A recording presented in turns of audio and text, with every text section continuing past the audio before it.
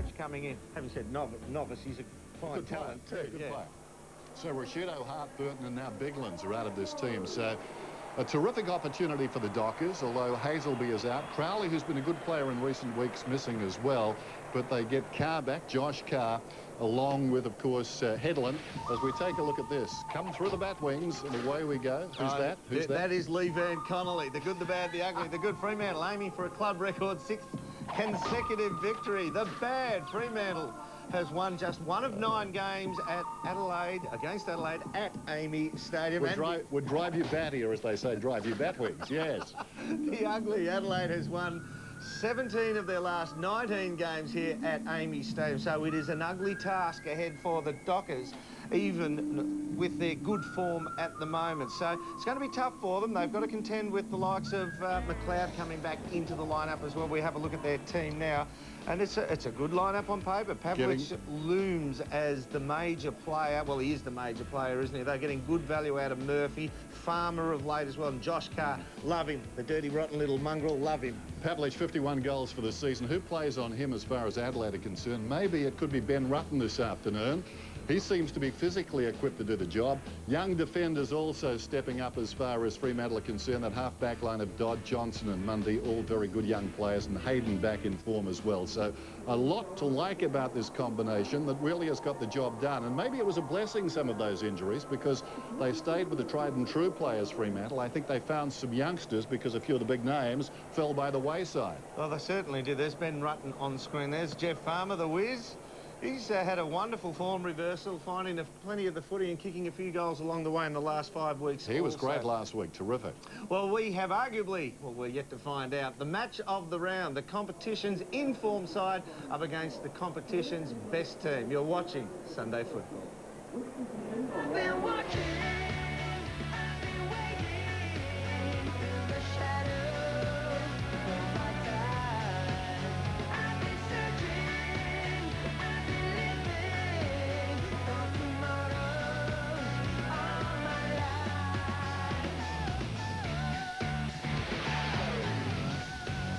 Through the shadows. On 60 Minutes, Liz Hayes and her controversial friends Is this a kiss? spending millions bringing the elephants of Thailand to Australian zoos for our entertainment. But are you sure we're doing the right thing? Also, a ferocious battle, a great victory. Now cheer for the heroes we chose to forget. And John Daly. Mad, bad, but still the champ. Toyota presents 60 Minutes, tonight, 7:30 on 9. At Discount City Carpets, order carpet now, don't pay for installation. You can save hundreds of dollars. Order carpets now and get free installation. Twist a salesman's arm and save even more on the price. Get into your nearest Discount City Carpets now and don't pay for installation. With new VE Commodore coming, how can Smiths do this? VZ Commodores from only $17,990. VZs from $17,990. What a deal! He's a happy Smiths customer. Go get real value for your money at Smiths, Port Adelaide, Blair Athol, Renown Park and Medindi. If you think there's no way you can afford to buy your own home, you obviously haven't spoken to HomeStart yet. Maybe you don't have a deposit. Maybe you're on a low income, a casually employed, or a graduate who hasn't been in the workforce long. Don't worry. No matter what your situation, call HomeStart and we'll try and find a way to get you into your own home. HomeStart. We don't just provide home loans. We put smiles on faces.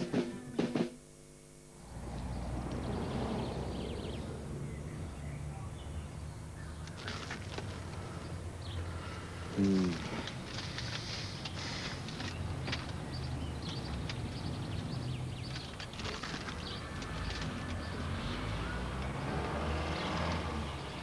you reckon they know what they're missing out on? They wouldn't have a clue by the look of them. $4.20, now available in delicious beef and mushy pea. For the 5 a.m. starts. For the hard yards. For the near misses. For the rough days. Week after week after week. Why do we do it? Why else? for it. Sensational! First time ever, they Gotta Get a Group stock take sale. Roller shutters, carports, verandas, render, roofing, gutters. Your best price with quality assurance, or I'll give you 10 times your money back. Huge savings across the board. 20, 30, 40, 50% off. You can even open an account and pay no interest ever. The Gotta Get a Group. Call or drop in. Why would you go anywhere else? Hurry, end soon. New time, Tuesday, 9 o'clock, The Perfect Murder. There's no footprints, there's no handprints. No evidence and no leg to stand on. Perverse elegance to this butchery. CSI. Then at the new time, Tuesday at 10 and Wednesday, 9:30. Deputy Chief Brenda Lee Johnson is about to become a target. The Closer. Following CSI, Tuesday at 10 on 9.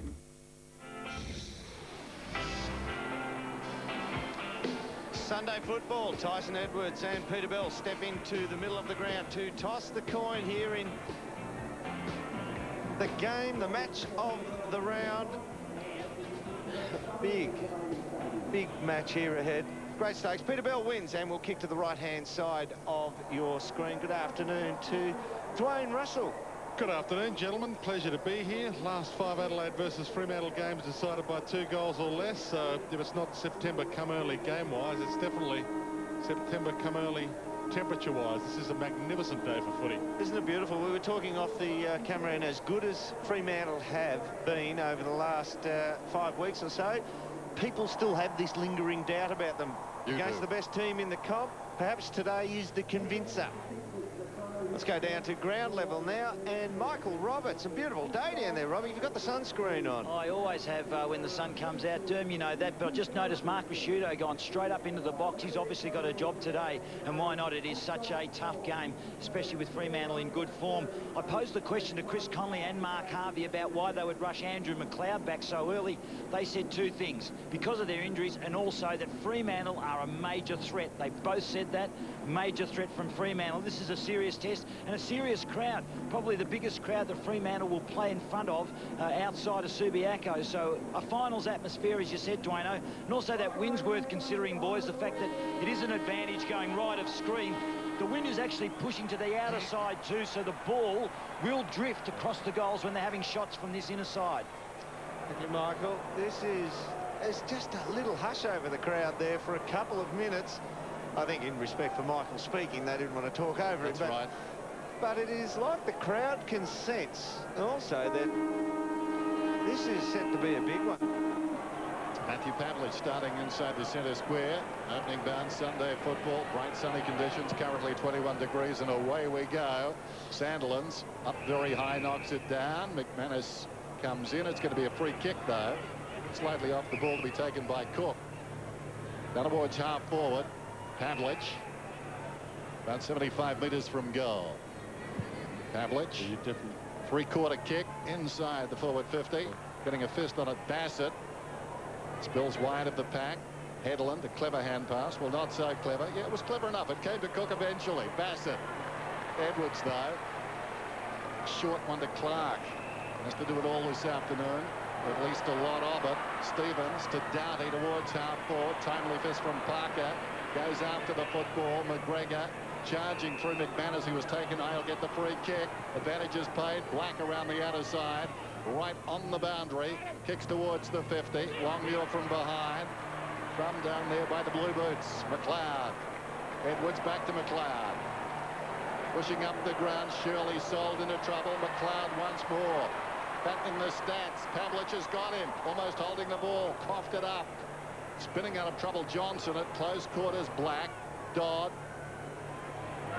And now Josh Carr back in the side this afternoon towards half forward. Good kick to Longmuir. Plays on very quickly. McManus inside 50, getting back in the hole. Stevens having a great year. And he held them up then. Edwards. And now John Cock also having a good year, averaging 20 possessions a game. One of 6 players in this Adelaide Crow lineup averaging 20 or more. Only 2 in the Fremantle lineup doing that. Welsh, first game back, kicks it inside 50, and McGregor can't take the mark. Will get a ball in. And you know it's a pretty good team, the Adelaide Crows, with their injuries. They've got a few out, but regardless, it's a good team if Ian Perry can't sneak into their 22. How good has Parker, one of the unsung heroes in the AFL, how good a job is he doing? He's on McGregor now. You can play him on a rover next week. You play him on a key forward this week. Bode involved a couple of times there. Sandilands did well with that smother. Took the air out of the football. A big mitt came down on the footy. Now a free kick is going the Dockers' way. McManus taken high. Plays on to Josh Carr. Drives to midfield. Backing off initially was Murphy. Had to come forward and take the mark. Nobody near him. Inside the centre square. Kicks towards the pocket, and Bell, or is it Farmer? Farmer, who's loose down there, had a couple of options on this side of the ground. And Farmer just sneaking away. The man who got the football. This is also going to be a test for Scotty Stevens today. He is playing on Matty Pavlich. I thought they might have tried Rutten with him. So Pavlich, just for the larger body size in the centre bounce, will go in for the bounce downs to try and assist in clearances. Thereafter, he'll run through and move to the key forward post, and that's where Stevens will pick him up. Jeff Farmer, 4 goals last week. Difficult kick this one. Invariably, they missed to the left, and that's no exception. His best effort against Fremantle, or rather for Fremantle against Adelaide, 4 round 16 in 2003. It's 33 goals, 14 for the season for Jeff Farmer. And he has to be the man in the absence of Medhurst. John Cock chips the ball wide. Madner having a good season. Hands off to Shirley. Put him under pressure. Ball in dispute. Dowdy knocks it back to Shirley. Ducked into a tackle. The umpire said no. It was caught high regardless. And Dowdy is away from half-back. A couple of bounces. The leads come. He ignores a couple of them. Pokes the ball wide. Hoping for Welsh. Thump clear of him by McFarlane. Hayden back to McFarlane. Chip kick. Josh Carr back to where he once called home. Amy Stadium to Cork, and Matthew Carr dumped by Madner. No prior opportunity. The crowd not happy that they don't get a free kick for their team, the Adelaide Crows, but we will get a ball up just inside the centre square. 3 times that they've gone to the key forwards of the Adelaide Crows. Dodd, Parker and McFarlane have had the foot pace to close down the Crows' leading players and spoil the ball. The Cars combined initially. Cook only moved it about 5 metres. Edwards to Clark. He's at centre half back. I don't think Adelaide have been inside their forward 50 yet. This is Matner, who likes a run. Has 1 bounce. He's gone a long way. Gee. McLeod carrying it out towards the boundary. He's at right half forward. Little chip. They compete right on the 50. Getting a fist on it. McFarlane. Loose ball behind. This is Thompson from the pocket. Across the face of goal. Henschel. Well, the first time inside the 50. It could represent the first goal of the match, although the angle is very awkward. That is the matchup that is going to be tough for Fremantle to contain. Dodd's the inexperienced key-sized defender down there, picking up Trent Henschel. 35 goals for the season, including 8 against the Bombers in round 10. Steps around, hooks it back through for a goal. Nicely worked. Oh, hi, Terry. Oh, hi, Jill. Hey, how's it all going? Yeah, pretty good, thanks. Actually, we wanted to chat to you about getting our home loan put on... Pregnant pause? Sure, why not? That's another example of the wizard why not attitude. Home loans are all about flexibility and being able to talk to your local wizard manager about anything, anytime. At Wizard, you'll find we say, why not? Call 1-800-NO-DRIP. Call 1-800-NO-DRIP. Call 1-800-NO-DRIP. Call 1-800-NO-DRIP. Call Metropolitan Plumbing when your tap is dripping or your drains are blocked. Call Metropolitan Plumbing for hot water replacement and pay no interest ever. Call Metropolitan Plumbing. All areas, 24 hours, 7 days a week. Call 1-800-NO-DRIP. Adelaide Crows without their 2 leading goal kickers this afternoon in Rashido and Burton, so Henschel has to carry the load from the ball up. Edwards got a handball out in Clark's direction, bumped off it. Bigland's a late withdrawal, so Clark carrying the ruck load this afternoon. Dowdy inside 50. Walsh beaten again. Ball knocked down to Black in those beautiful blue boots. Chips it wide. Peter Bell. Half back flank. No one on him. Spearing pass, hoping for Pavlich. Back in his old home state. He kicks to half forward. Cork getting back, took the mark. Good kick. Gee, they're moving the ball quickly, Fremantle. Back to Carr, inside 50, over the head of Farmer. Still a chance though, Farmer from Longmuir. It was always on. Farmer read it beautifully and pops it home. Dockers in front. Have your cake and eat it too at A&R's 16th birthday sale. Great, right in the lap. Speaking of laps, save on this Toshiba laptop, just $8.49 after $100 Toshiba cashback. Samsung Laser, yes, laser printer for a tiny $1.99, includes extra toner. Or this net-ready computer package with DVD burner and multifunction printer for a crazy $9.99. Savings are store-wide, so clean up at A&R. Chicken nuggets. Oh yeah, love them. But you know, not big enough unless you're a pygmy. However, Jack's understands hungry. Take a look at these mega nuggets. Now that's more like it. And they come with this freaky dipping sauce. Team that with a Coke and fries and you've made a meal of it. But wait, there's more. Marinated chicken wingettes. Oh yeah, just the thing when you're feeling beckish. The burgers are better at Hungry Jack's. Quite right, Derm. Completely different. The Dockers, they challenge the opposition now. They go at them, and they go at them quickly. Early in the season, collectively, moving like Terry Funk. Pavlich lost it. Josh Carr, not the quickest man in the world. No, Bell gets it across towards Black, whose kick was charged down. Dodd got a hand pass back towards Bell. Black once more in trouble. Doughty, well played. McGregor, great vision. Clever by McLeod. Buck, 35 metres out and closing. And he's kicked the goal. Wonderful. $50 saving. I reckon that's a good reason to switch. Yeah, maybe. What do you mean, maybe? We'd save $50 on our home and contents insurance if we switched to Amy. Yeah, that's from your perspective. No, what about a woman's point of view? For once? Whoa! Are you happy now? Yes. Yes, I am. Finally. What? Lucky you're with Amy. Nathan Bock back in, second game of the year, didn't play last week. And what a rookie list year it was, 2002 for Adelaide. Bock, Rutten and Matner in that year on the rookie list. From the ball up.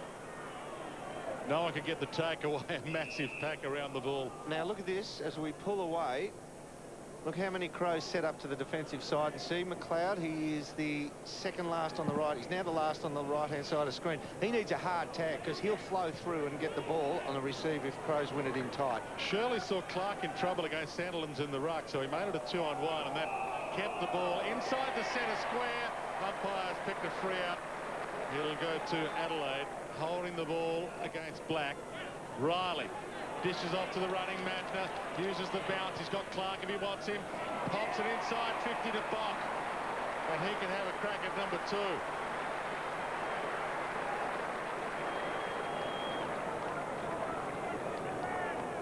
Good run from behind with Marty Matner. Essentially kept Perry out of the team, Nathan Bock, this afternoon. Just his 36th game. Only had one other game for the season before this one.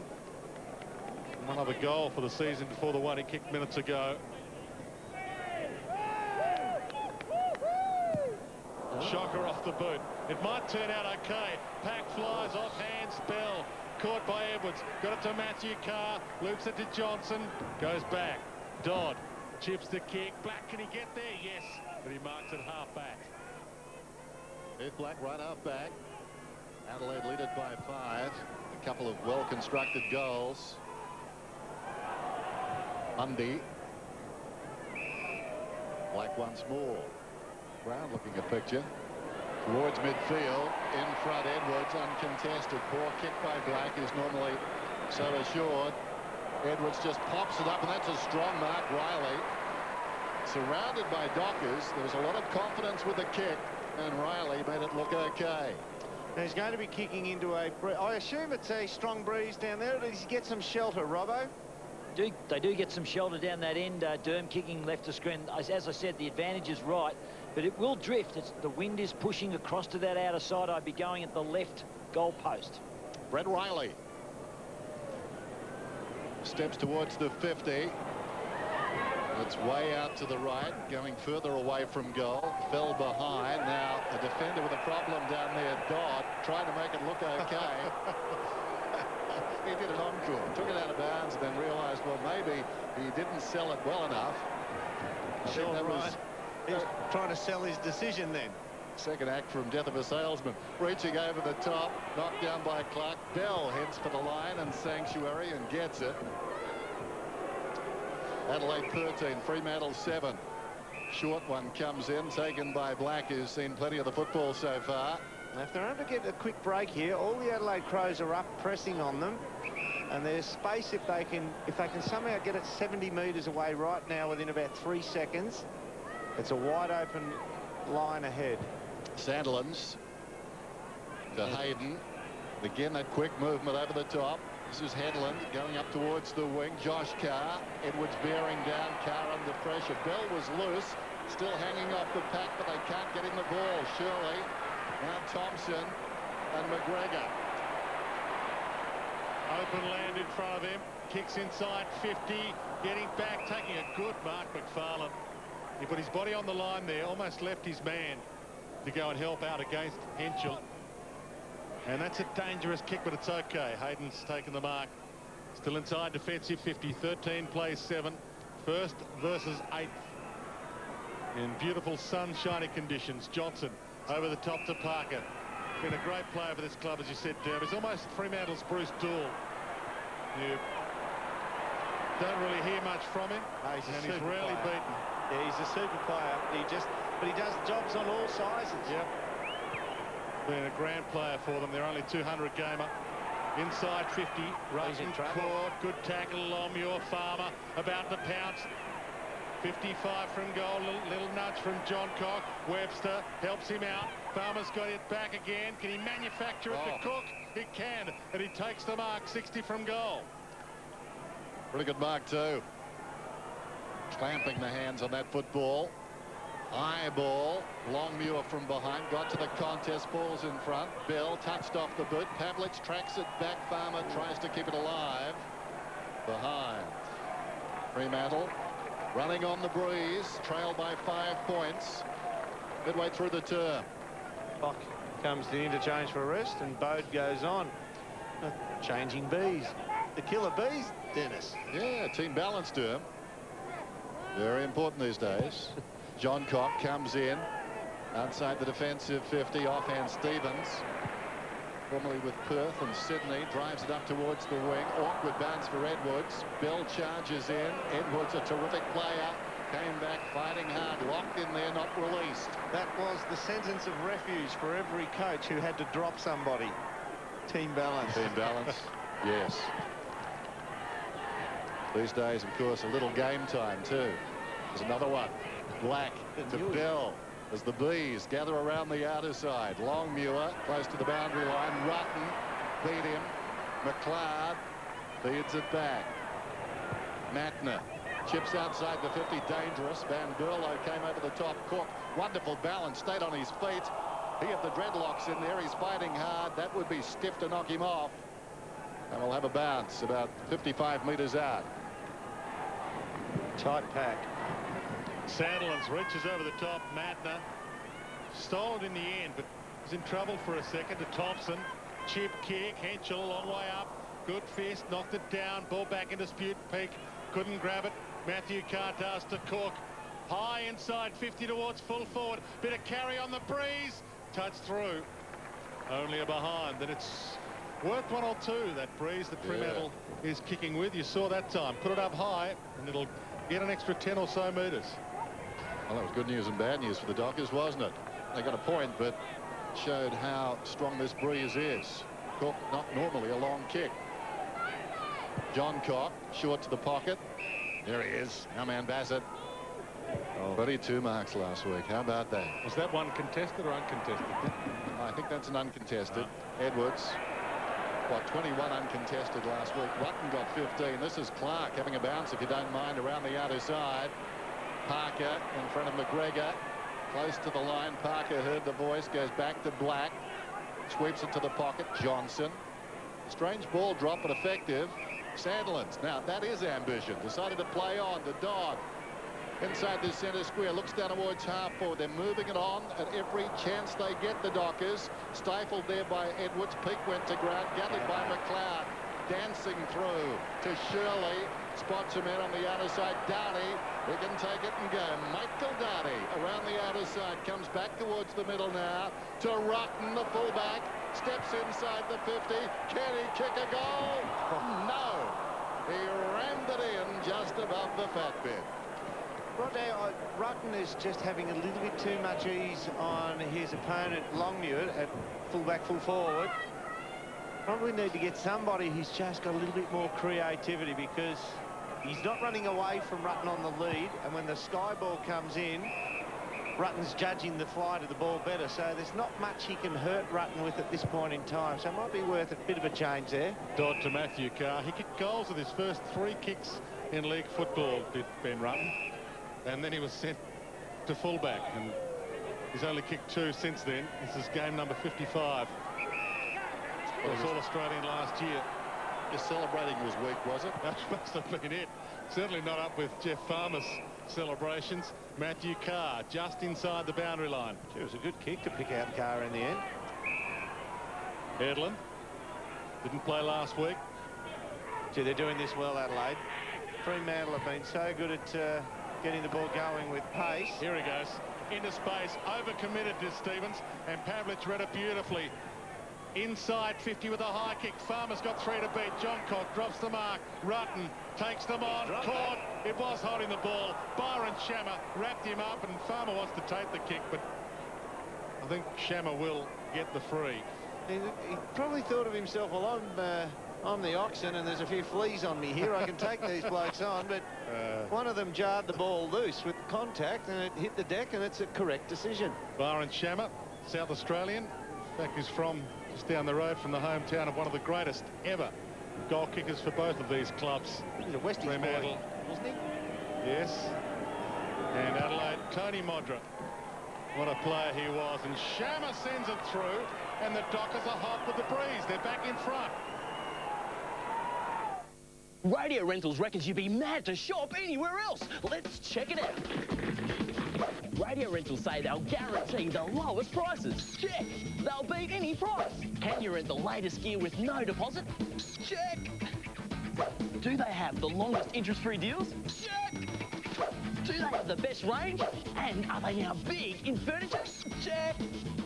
Radio Rentals is SA's biggest electrical retailer. You'd be mad to shop anywhere else.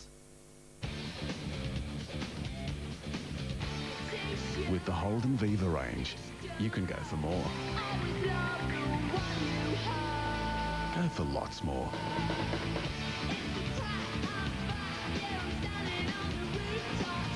So go on, be greedy. Because Australia's value pack sedan and hatch go from $18,990 drive away. Holden Viva. Go for more. Belief is growing. Margin is a point. Sandland brilliantly. Pavlich, his 4th possession, his first that wasn't a mark. Kicks inside the forward 50. Going back, Stevens spilled it. Gilmore, clever hands, well, not so clever. Clever man was McLeod, read it. Dowdy. Here's Matner. Plays on immediately. Johncock pushing up the ground. Still conducting the choir. Van Berlo floats one towards right half forward. Welsh back in the side this afternoon. Good to see him back with McFarlane. It's out of bounds. Boundary throw in. Chris Connolly. Plenty of helpers in there. Such a big game for the Fremantle Dockers this afternoon. A win, and they'll be thinking about top 4. Who would have thought it 5-6 weeks ago? Clark knocks it down. Shammer couldn't control it. Van Berlo goes in with courage. He's over the football. Came out at the back. Goodwin. Haven't seen a lot of him so far.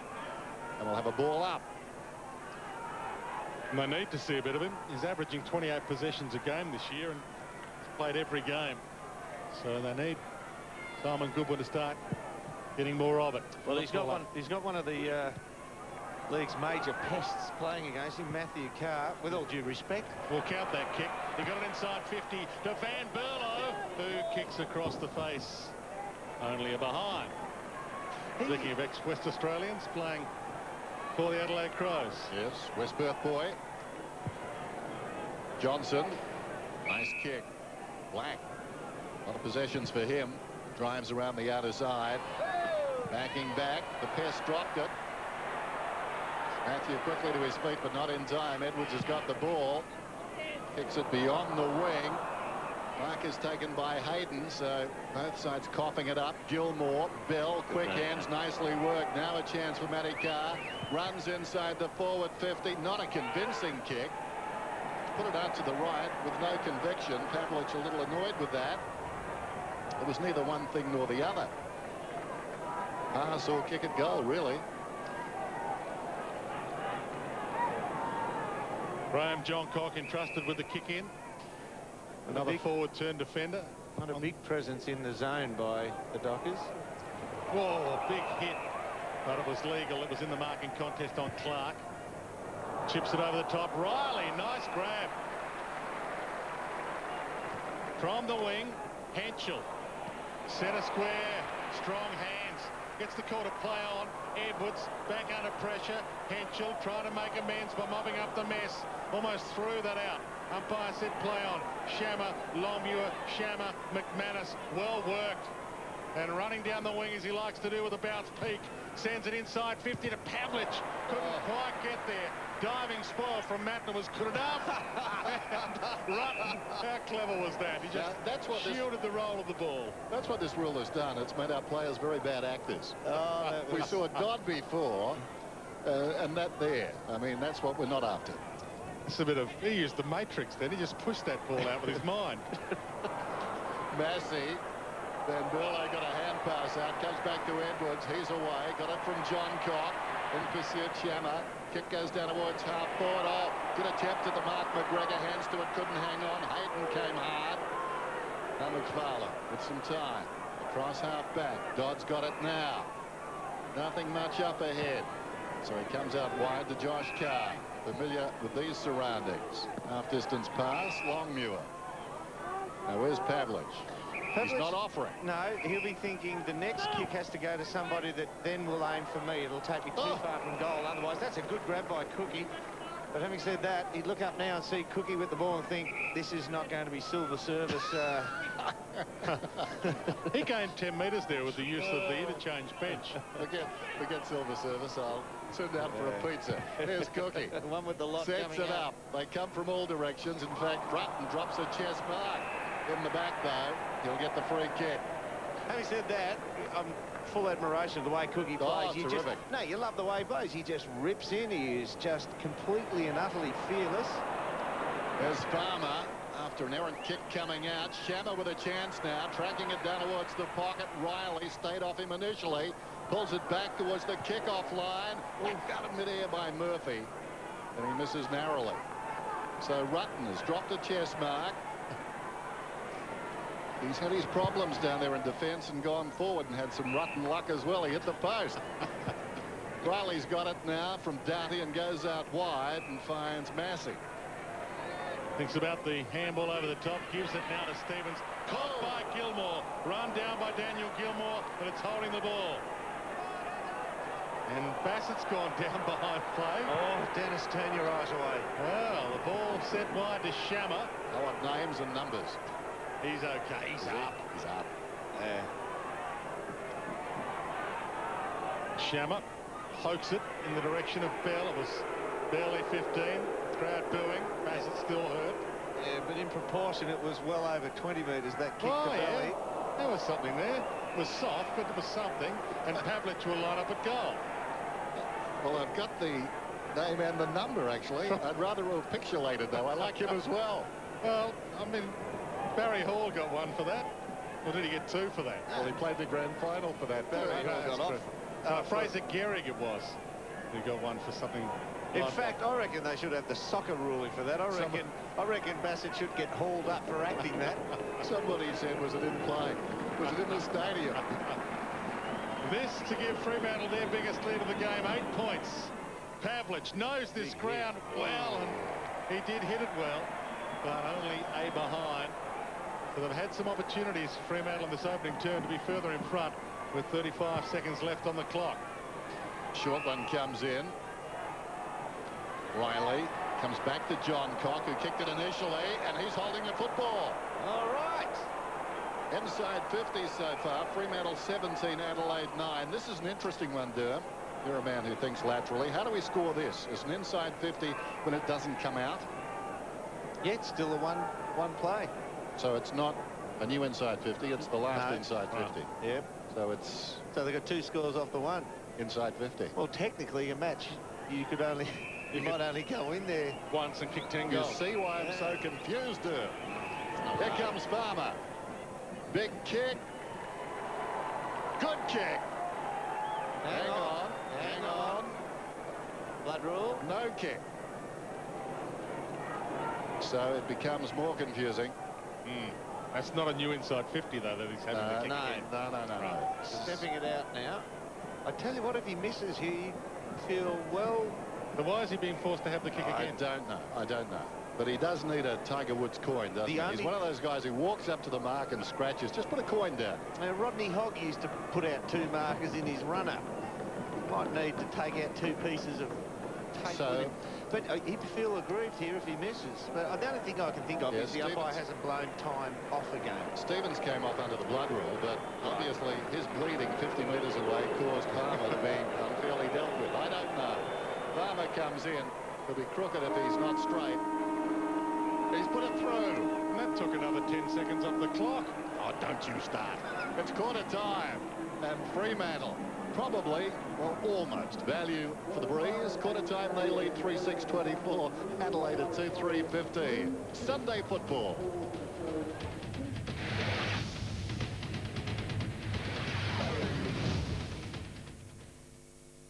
This news update brought to you by Bank SA, the bank with more branches in South Australia. Good afternoon. Israeli forces have continued to bombard Hezbollah targets in Lebanon despite agreeing to a ceasefire deal from tomorrow. A woman has been rescued from a Ferryden Park house following an arson attack which is believed to have been sparked by a domestic dispute. Motorists who convert their cars to LPG could soon be offered a $1,000 rebate. We'll bring you the latest in National 9 News. And in sport, the Power delivers a blow to the Western Bulldogs' top 4 hopes. The details at 6. 4 couples left. Jake, Lara, Jules, Carl. With just 3 weeks to go, who will survive Torval and Dean's Dancing on Ice? Tuesday, 7:30 on 9.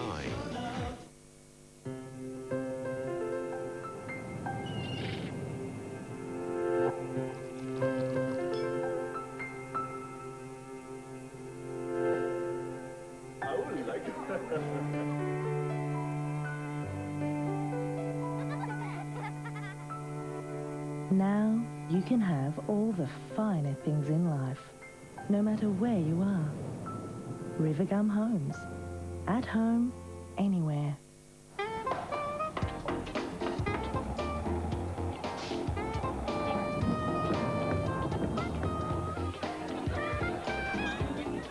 There's nothing you can't do in a pair of steel blues. Welcome to Tile Wizards. You won't believe what's inside. If you need great tiles for your kitchen, your bathroom, your patio, then you need to get into Tile Wizards. There's the largest range and heaps of pallets. Pallets! Pallets! Tile Wizards. Big savings, big selection.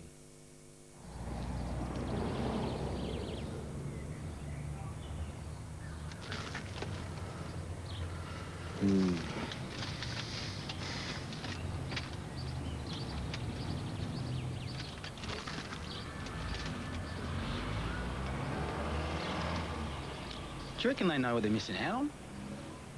They wouldn't have a clue by the look of them. 4.20. Now available in delicious beef and mushy pea. Take a good look at an Albie Turner and Son kitchen, and you'll soon see why they're rated Adelaide's most respected name in kitchens. been building award-winning kitchens for over 4 generations. And now, with state-of-the-art 3D computer technology, Albie Turner & Son can create a stunning new range of designs. Classically elegant, hugely innovative, with craftsmanship like no other. It just has to be. Albie Turner & Son, Adelaide's most respected name in kitchens. So what do you think? Well, the individual in question was driving a Ford AU Falcon, done about 90,000 Ks. And check this out. The camber of the front left wheel is out by 4 degrees. And that means trouble. Book him in, Davo. Nobody knows your Ford like we do. Visit your participating Ford dealer now and we'll expertly fit and balance new Dunlop tyres for EF to AU1 Falcons and Falcon Utes from only $99 each. Ford Service. Nobody knows your Ford like we do. A new cold case with a twist, Monday, 8:35 on 9. The 2006 Toyota AFL Premiership season, proudly brought to you by Radio Rentals, SA's biggest electrical retailer, Metropolitan Plumbing, emergency plumbing 24 hours, 7 days a week, and Amy, lucky you're with Amy. I feel my actions are destroying me. Deep down below the shallow life I lead. This pain is mine to keep and call my own. I'll carry it until I'm gone. This is the end of everything. Goodbye, my only. I can't and I give in. Goodbye, my only friend. Game on here at Amy Stadium, round 19, match of the round. It is the Fremantle Dockers holding a 9-point margin here, 3-6-24 over the Crows, 2-3-15. Henschel and Box singles apiece. Farmer 2 for the Dockers and Shammer 1. Well, Dennis, can I ask you a question? Yes, Demi. What would you do with $1 million? You'd probably buy another house for the, what, 6th or 7th day of the week, I'd imagine. It would sort out my short-term future, Deb. Absolutely. Well, someone will have to answer that very question shortly, because if you purchase specially marked product, you could win 1 million big ones in the Cold Card Cash promotion. Simply log on to coldcardcash.com.au for details. Gary read that the other night and I thought he was mispronouncing it. That's Cold Card Cash. C-A-R-D. Like your good self, you old card. Let's go down to Robbo. I saw Andy McLeod had to boot off Robbo. He certainly did, Derm, but mind games in both huddles. Both coaches spent a hell of a lot of time on the whiteboard matching up. The moves are so important. The matchup's incredible in both camps. McLeod had his boot off. He's okay. We saw him running quite freely in that first term. Scott Stevens will start on the ground. He was down getting patched up in the dressing rooms as well. So they're a full list. They're up and running. Should be a great quarter, this one. Thank you, buddy. 9-point lead to Fremantle. They did have use of the breeze in the opening term. Full house here at Amy Stadium, bright sunshine, and it has a finals feel to it. First versus 8th. Clearances in the first quarter, 7-2 Fremantle, 4-2 the Crows. Clark in the ruck against Longmuir, who did the ruck work for Fremantle. Headland tried to get the takeaway. Cook, handball, Slick, Pavlich loads up with a big long torpedo inside 50. Stevens gets back, hands to it, couldn't mark it. Bassett the crumb around the body towards Matner, bounce unkind, shakes off Josh Carr, loops the handball back to Thompson, still in trouble. Stevens pokes it towards the wing. One-on-one contest. Goodwin, beautiful grab. Quiet first term, Goodwin, only a couple of possessions for him, but getting into the game now. To Clark, to Edwards. Thompson, now Edwards again. He goes long, hoping for, but not finding McGregor. It's bounced away from him and Parker, and will get a ball in on attacking 50 for the Crows. There's the mark by Goodwin. His opponent, Matthew Carr, having to give cover somewhere else. The pace of the key defenders, McFarlane, Dodd and Parker, is worrying the leading, I suppose, power of the Crows forwards. And it's Henschel who still is looking pretty dangerous up there against the inexperienced Dodd. High ball coming inside the 50 from Darty. Dropping back, the mark is taken by Hayden. In the opening term, Edwards 11 possessions, Black 11, Bell 10. It comes out wide. Matthew Carr slips it away. Webster to the left half back. Ill-directed. Murphy leads back. Cook comes up to get it. Murphy, he missed the target. He was the intended. Rutten once more having one of those days. Riley, Edwards, clever. He's 60 metres out. Edwards sets it long towards full forward. Needs a punch from behind. Big leap. McFarlane backed himself. There's a problem. able to force it across the line, and it's a behind. Now, I mentioned Peter Bell. I would imagine he will be scrutinised. There's the leap from McFarlane. When you think about it, Fremantle's record of discipline this season is right up there with the NWA Derm from the WWE. New World Order, that's them. Oh, wouldn't have guessed that. Mundy to Josh Carr. Never seen it. Sorry, mate. Adelaide have had a few missing through suspension this year too. Brett Burton, one of them, for actually hitting Stephen Dodd when these two teams met earlier this year. Carr sends it to the wing. Headland can't get there to fly, but he might crumb it. Getting there first though, Goodwin. McLeod. Little handball over the top is good from Massey. Back to Goodwin. Inside 50 towards Henschel. Couldn't pluck the mark away. Bock. It's tied up with Bock over it. And the umpire will ball it up just outside the goal square for Adelaide. 24 plays 16. Crows kicking with the breeze in this second term. Clark forced to do the ruck work. Flips it back. Black concedes a behind. Good option.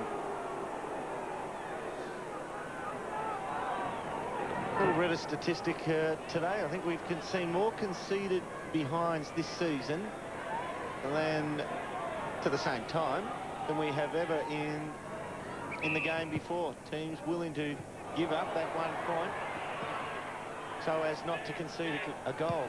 Hayden to McFarlane to Black. The Dockers ease it out of trouble. But Adelaide's given up the least. They're the ones that won't concede. 21 for the year. Black hugs the boundary line with the kick going back. Clark made it hard for Bassett. Gilmore, who's quick, left it behind. Cook's got it. Clever. Got Shirley in the air. Kicks inside the forward 50. Pavlich coming across. Awkward one for him. Stevens behind. Could have been taken high. That was clumsy by Gilmore. Edwards able to send the ball along the wing. Bassett's down again. Shirley gave it to Riley. Riley's kick goes towards midfield. Now an opportunity for Henschel. Henschel got it from Bode. Over the top from Bock. Charging in Downey. Went to ground. Feeds it back. Bode's hand pass, a good one. Bock on the boundary line. 60 metres from goal. Welsh. Awkward half volley. McGregor lacking support. Welsh to his feet now. Can't control it. But it's going to be a free kick to McGregor, who was pushed in the back. I think Black's in a bit of trouble in the middle of the ground too. He looks injured in a bad way. Clutching the knee as if he got a whack straight on. It's Bode, I think, underneath him. Oh. I reckon he's got a whack straight on there. Gee, for a second there when I saw them all locked up, I thought it was the figure 4 leg lock must have come into play, Dennis. Oh, we hope he's okay. He'll be all right. Thank you, Doc. It's not your knee. He'll be all right. McGregor kicks it behind as Black hobbles off the ground. Bode the pace of that, and you saw Black charging in and looking, I think, beyond Bode, and the knee went into Bode. On the kick in, Hayden, short, dangerous, and stolen by Riley, and he can load up again for the Adelaide Crows, and a chance to draw scores level. He didn't give much concern for Bode's ribcage. Well, he seemed to be okay. You seem to be pretty confident Black would be fine, Derm. But you made that assessment on what? Well, it's not as if he got kicked on it or it hit another knee. It hit the body, and it was a straight-on hit, so you'd assume not too much could shift. Yeah. I'll go with you, Derm. Riley to level the scores, brings it back with the breeze, hits the post. Behind. Interestingly enough, Heath Black was drafted 10 years ago, picked 12 in 1996. Only one of those top 12 hasn't been sacked or traded, and that man is Michael Gardner, pick 1. So he could well be about to join the list. That could be the dirty dozen. Let's have a look. So there you go. So it's sort of gone into the back of the ribcage. You wouldn't assume there's too much hard there unless he's got metal plate on under there, which is highly unlikely. Body armour. Let's go down to Robbo. Yes, Heath Black, as you said, Derm, Right, got a hit on the fleshy part of the right knee, the vastus medialis. He's walking around now, so he is just moving beautifully. He'll come back on. Bassett actually got kicked by Cook, and virtually the same sort of incident, so both players should be okay. Ball on the wing. Good contest. Webster charged in. Shammer taken front on. Ball spills wide of the pack. Peake handling it. Eventually a hand pass to Farmer, tackled by John Cock. Spills to Gilmore inside the forward 50. Pavlich surrounded. Hands to it. Applied an early tackle on Stevens. And Stevens will get the free. That was a poor kick by Gilmore. He had Longmuir 15 metres ahead in space and just kicked over his head. Stevens didn't see the man coming. He saw what went earlier as the kick came out from Stevens. Intended to be a short pass. Murphy cruised up beyond the man Edwards, I think it was, and just simply took the mark within scoring range. Thought he was an umpire from yesteryear. Full white outfit. Murphy. It's almost like he paid disregard to him being there. How could you miss him? Well, we'll watch this sail back over his head, but luckily for him, it's only a behind. 25 plays 19, and Graham Johncock about to send it in again. Both teams have been a little inaccurate. 13-man zone employed by the Dockers. Johncock took on Farmer, and that worked pretty well because Mattner made it a 2-on-1. He sends it towards the centre. Marriage now on the field. He couldn't take the mark, Marriage, but he got the crumb. Well played to Goodwin, to McLeod. Chips it to Bock. 75 from goal. Backtracks almost to the wing. Sends the long ball in. Henschel from 4 deep, can't get there. Knocked the pack over though. Spilled it for Weld. This is his bread and butter. Welcome back, Scotty Walsh. Radio Rentals reckons you'd be mad to shop anywhere else. Let's check it out. Radio Rentals say they'll guarantee the lowest prices. Check. They'll beat any price. Can you rent the latest gear with no deposit? Check. Do they have the longest interest-free deals? Check. Do they have the best range? And are they now big in furniture? Check. Radio Rentals is SA's biggest electrical retailer. You'd be mad to shop anywhere else. Sunday football scores are level. Crowd is roaring because the Crows have use of the breeze and plenty of time to bulk up their score. Neither ruckman touched it. Scott, or rather Thompson. Scott Thompson. His kick was snagged out of the middle and sent down towards half forward by Shammer. Down goes Webster. Jarred out of there. Johncock. Claimed by Farmer. Hand passes straight up in the air. Twisting. Getting out of trouble is Gilmore. Lines up. Kicks. And that's a good effort. No, the umpire is saying it may have been touched back near the kicker. Well, that was interesting, and we waited because there were some mixed messages coming from various parts of that inside 50 area for Fremantle. Mattner, a despairing lunge almost between the arms, but that top arm, his left, obviously just connected with the football. Johncock to bring it in. Dockers lead by that last score. That's a beautiful kick. Well, Clark completely misjudged it. Leading back is Peake, looks towards the middle. Men on there too. He's got the choice of about 3. The deepest is Bell. He goes wide of Bell to Hayden. Hayden skirts a would-be tackler in short, and Webster's got it 52 metres out. On what we've seen of the breeze, we'd say he's too far out to score. Pavlich wants it long. He does anything but. Josh Carr outside the 50, trying to step around Johncock. Sets it towards full forward. Nobody back. I think that's a goal. Right on the goal and play. Yes, it is. Well thought through by Josh Carr. Chicken. It's flying out the door at Hungry Jack's. Check out these marinated wingettes. Oh, yeah. Chicken wingettes. Just the thing when you're feeling peckish. The burgers are better at Hungry Jack's. Call Jim's Mowing on 131 546 and we'll not only mow your lawn,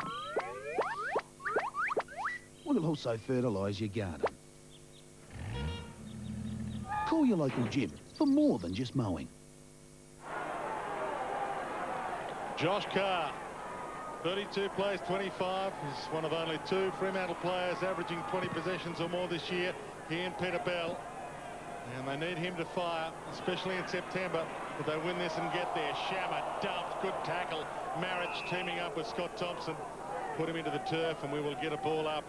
Ivan Marriage actually played yesterday for Port Adelaide. And he played quite well. Port Adelaide having a win over Central Districts. and called up to replace Rhett Biglands at the last minute for this game. So his second game of the weekend. Gilmore, he sends it to half forward. Pavlich from 4 deep flies and fists. Massey, Edwards, McLeod pokes it wide, and Massey, the second disposal in this string, held up on the wing. Good players, just one forward now. Goes looking for Welsh, who reaches over the top, couldn't complete the mark, ran into a teammate, goes again. Now Edwards back to Shirley, who was the teammate involved with Welsh moments ago. Kicks inside the forward 50. Henschel is down there. Flying over the top was Dodd. Henschel comes again, taken down by Parker. They're 20 metres out from Adelaide's attacking goal, and the umpire wants it. The umpires, incidentally, this afternoon, Rosebery, Allen and Ryan. This is umpire Ryan to bounce it down. I think it was the Parker tackle then. He just had to make sure that there couldn't be any spillage of that ball. It had to stay locked in. Goodwin virtually unsighted this afternoon. Snaps and misses.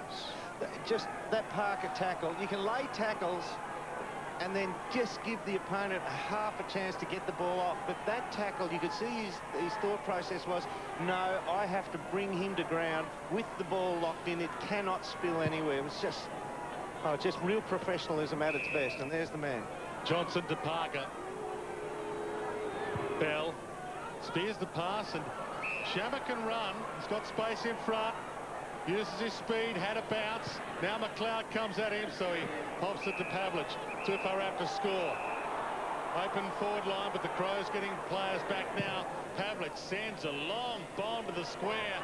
Down there, John Cock knocks it down. Van Berlo can rush it behind if he wants to. And he didn't want to, but he was forced to. Jeff Farmer has got some claims to why he wouldn't be awarded. Then, as it ended up, his opponent John Cock had his back to the incoming ball and took him to ground. Van Berlo was hoping Murphy might nod off. Van Berlo's got it centre-half back, kicks it towards the wing. Coming up the ground, Henschel, slow whistle, gets the free kick. Dodd remonstrates. He's the most productive forward for the Crows. Henschel off a step. Porplecia just on the ground, 55 metres out, wheels around. Fremantle have got 3 of the last 4 goals, although that could change, although Mark not paid. That looked okay. Welsh gets a hand pass to Bowe, turns around. This one is floating on the breeze. It's a goal, but I'm with Welsh. I thought he marked it. Doesn't matter.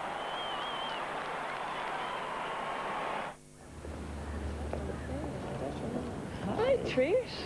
Looking for something bigger? Yeah, if we can afford it. Maybe we should have a chat. Well, that'd be good. What now? Sure, why not?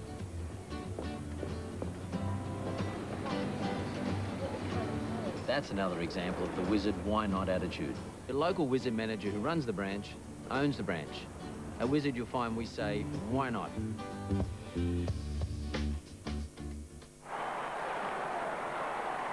Here's that mark again from Welsh, or was it? Well, it was right either way, the umpire. He was right if he paid it, and he was right not to. What? I know what he means. From the ball up, Clark up against Sandlands. Right. Neither a decisive knock. It was a pat down to Doughty. Inside 50, McGregor, good one-on-one. Parker got the fist in. Bode trying for 2 within a minute. Lays the tackle, comes out, stabs on the left. He rolls, he bounces, he goals.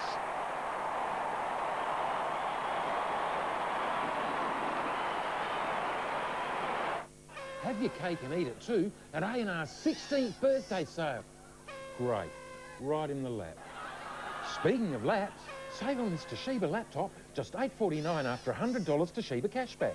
Samsung Laser, yes, laser printer for a tiny $1.99, includes extra toner. Or this net-ready computer package with DVD burner and multifunction printer for a crazy $9.99. Savings are store-wide, so clean up at A&R.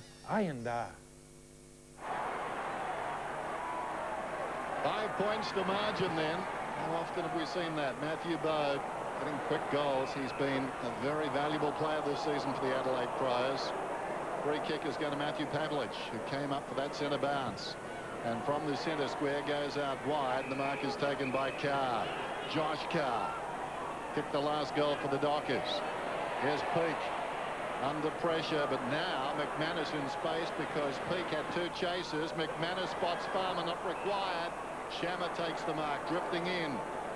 He's in an front of accurate the kick. leading Farmer. He's an accurate kick, Byron Shammer, by set shot. He's not a long kick, and he can get under it and chip it, but this is actually going to be a tough kick for a right footer who naturally bends them left to right as he watches it go away. If there is any breeze, it'll actually hold it straight. So he's got to be, what, inside left-hand goal post, Robbo? Yeah, and he kicked the one in the first quarter. He kicked it nice and low and kicked through the ball. Done it again. Shammer gets his second. Call 1-800-NO-DRIP. Call 1-800-NO-DRIP. Call 1-800-NO-DRIP. Call 1-800-NO-DRIP. Call Metropolitan Plumbing when your tap is dripping or your drains are blocked. Call Metropolitan Plumbing for hot water replacement and pay no interest ever. Call Metropolitan Plumbing. All areas, 24 hours, 7 days a week. Call 1-800-NO-DRIP. 2 goals to Byron Shammer, game number 71. We mentioned he's a South Australian from Loxton. He's always had the talent. 2002 Teal Cup Player of the Carnival for South Australia, and that's why he went first round pick 13. From the ball up, Cook couldn't get the takeaway decisively. McLeod to Doughty, slips it inside 50, made it tough for McGregor, somehow got a handball to Bode. Now to Doughty. Goodwin, he was caught, threw it away. Could have been a free. Umpire allowed play on to advantage. Webster, John Cox there. Sandlin's the big and the small of it. And a good little man will always beat a good big man. Unless it's kicked in the air. That's all right. it was. It was. Stevens chips it wide to Bode. What a great game this is. Full house, bright sunshine, finals atmosphere, and it's a point the difference. Bode inside 50, off hands. And McManus slips the handball out to Black. Good to see he's back after that injury to the vastus medialis. And he rolls it out of play. That is a great kick by Black as he comes forward off that one. Gets a bit of distance with it, Heath. Pops it over the side there. 13 possessions for him. Tyson Edwards, 17. Boundary throw in just outside the attacking 50 for Adelaide. One down by Sandilands. Matthew Carr quick on the Goodwin. Down goes Thompson. And that ball isn't coming out anytime soon. Off the ball, somebody took a shot at Josh Carr. Why? Well, just because he was there. You could think of safer targets, couldn't you? Well, sort of, but provokes them a little bit. Goodwin in the grasp.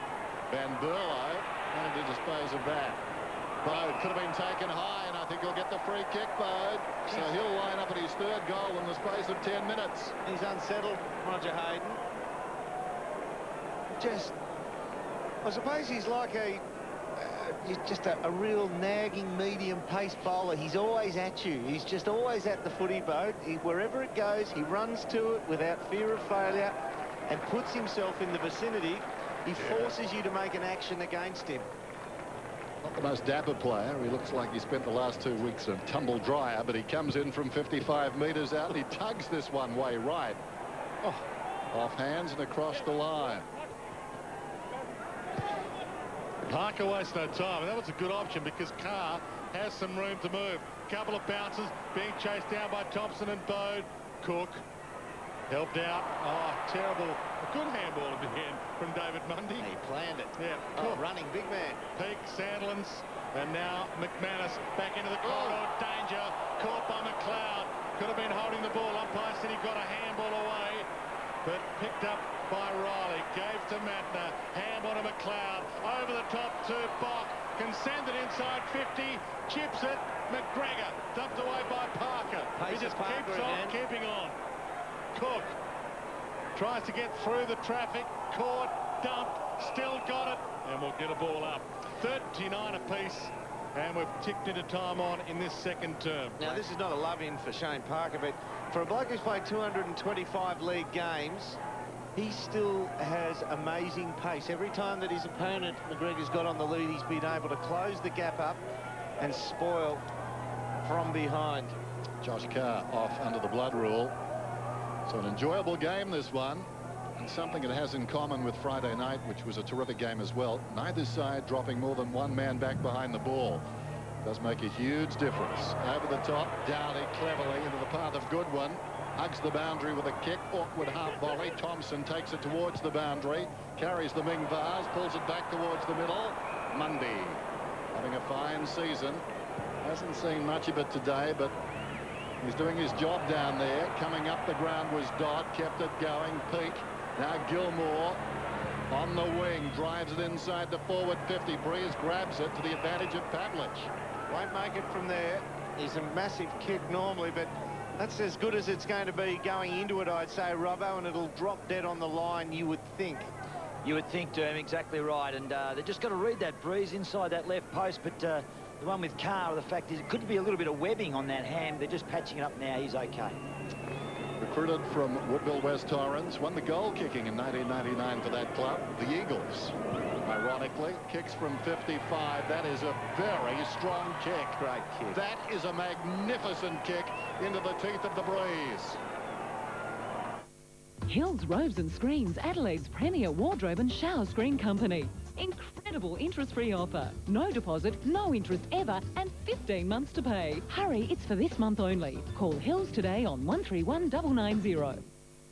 You listen to what the customer asks for and you try to provide the product. Bare Basics Lingerie. You'll be well fitted and we know what we're doing. For genuine personalised service, Bare Basics Lingerie, opposite Dan Murphy's in the Martin Shopping Centre.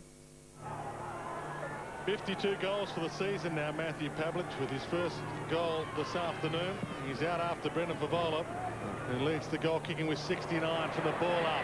Edwards gets the takeaway, sends it towards attacking 50, Parker, McGregor, and the Docker Games record holder loops it over the top. Black, Dodd, well worked to Shammer.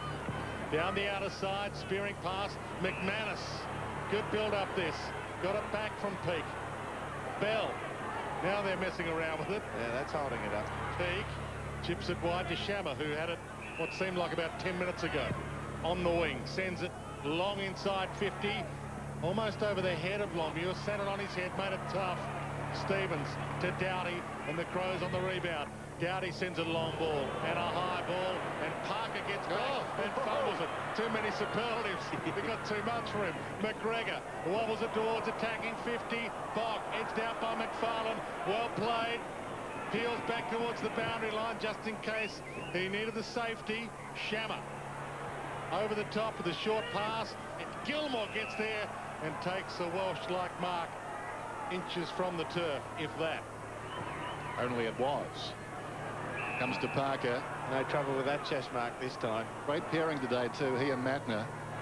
The two most worried looking players in the AFL. He does. He takes these little nervous steps when he runs, but he is deceptively quick. He's got very good pace.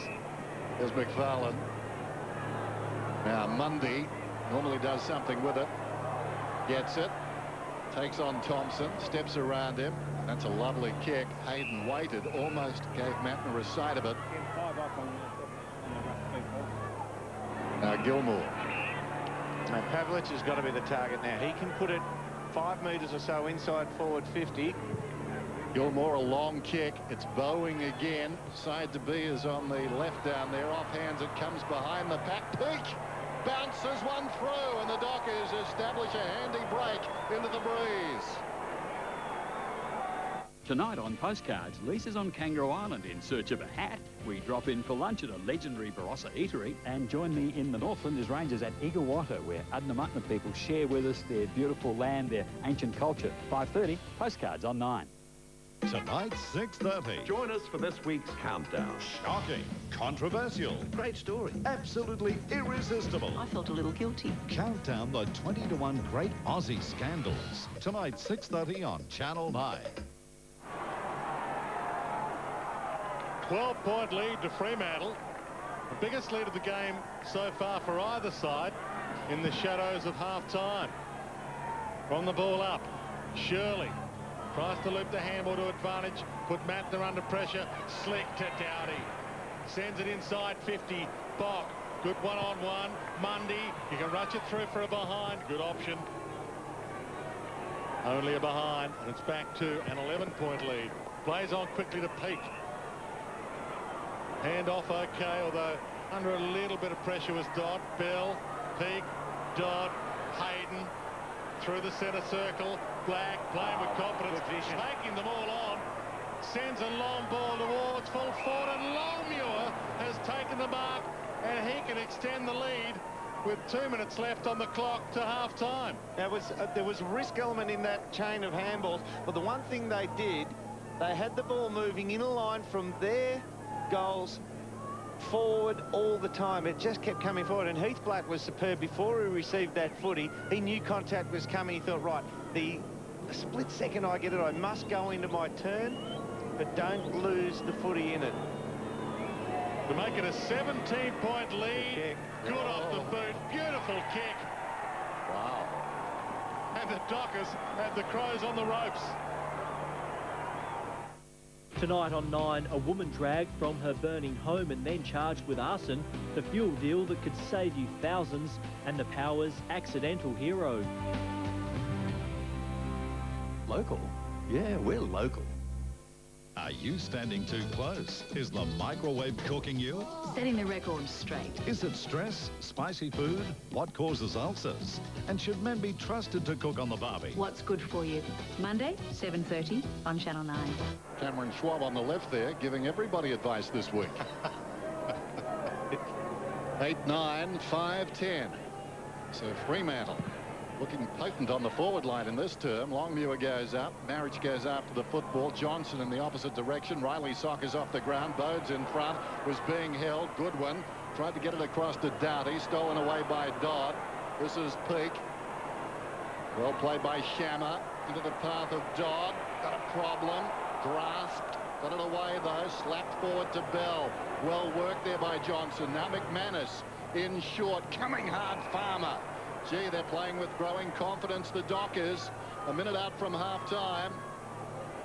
He's got to wait for a target to present. He's best off kicking into this pocket. They've had 3 set shots from this side, or 2 in this quarter, and they've all hit the target. Interesting. The man, like a wide receiver, Peak, started almost alongside, and they ran the, what would you say, what is that, the goalpost pattern? What do they call that? It's like a little cut-in run, isn't it? I should know the terminology. It's deserted me, Derm, when you get to my age. I just lose these things. Like post pattern, they call post pattern, isn't post it? pattern. Like American football, it was only a 7-yard gain. Some would suggest it didn't travel far enough. Seen everything now. Peak going at his second goal, and he's been very good. Had a good season. In he comes. Kicks from 40. Oh, that would have been so handy, but as it is, hangs it out to the right. Your aeroplane's back too, hovering overhead. You can hear that dull noise, Dennis? Yes, yes, yes. It's not Brett Peak's dad, is it? Arriving in the helicopter as he did all those years ago. Were you there to greet him? No, I wasn't.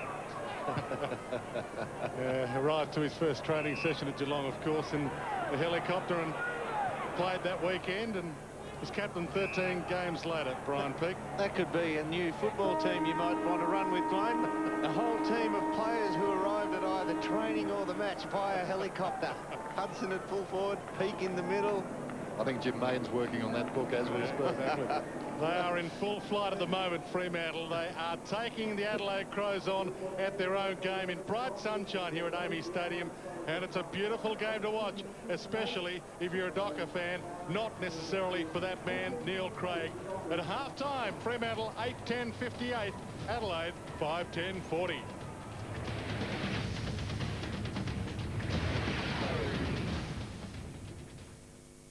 They see the world differently. Clues are everywhere.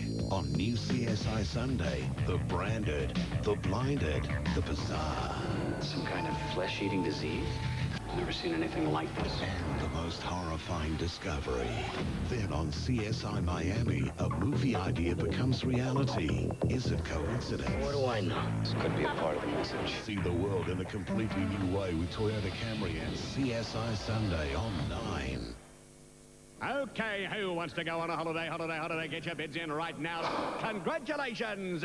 Yes, welcome to the travel auction. Right now, we've got 50 short holiday packages available for this hour's top 50 bidders. Set minutes from Mildura in the heart of Sunraysia, the Kumiala Club is a complete entertainment venue with live entertainment, the sumptuous Vineyard Bistro, a beautifully landscaped motel with swimming pool and a championship golf course set right on the riverbank. Our package includes 4 nights motel accommodation at the Kumiala Club Resort. You get breakfast daily, dinner one night and several attraction discount offers. And choose to travel during selected months and we'll give you another night's accommodation absolutely free. Normally $336 for a couple. Today, name your own price. Give me a bit of $295. $270 then. Just bid something. It's up to you. And if successful, you've got a year to travel and conditions apply. Most school holidays are available. Come on, that's up to 5 nights and so much more. $336, 1300 65 65 73 with your bid.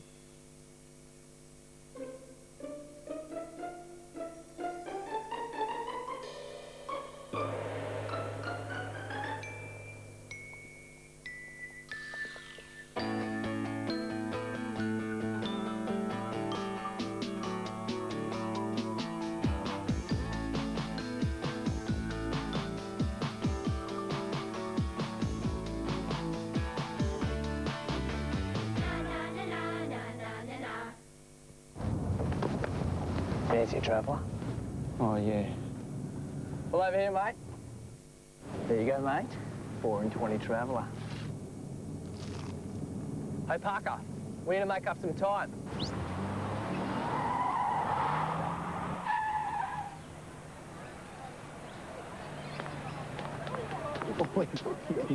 Come on. 4 and 20 traveller. Easy to eat on the go. When I grow up, I want to be a nurse or a doctor and take care of people, just like all the doctors and nurses that looked after me when I was sick. Please help sick kids have a fresh future. Give generously to the Woolworths Fresh Future Children's Hospital appeal, because every child deserves a fresh future. The 2006 Toyota AFL Premiership season proudly brought to you by Wizard Home Loans. We say, why not? Metropolitan Plumbing, emergency plumbing 24 hours, 7 days a week. And Hungry Jack's, the burgers are better at Hungry Jack's, oh yeah. Emergency plumbing 24 hours, 7 days a week. And Hungry Jack's, the burgers are better at Hungry Jack's, oh yeah.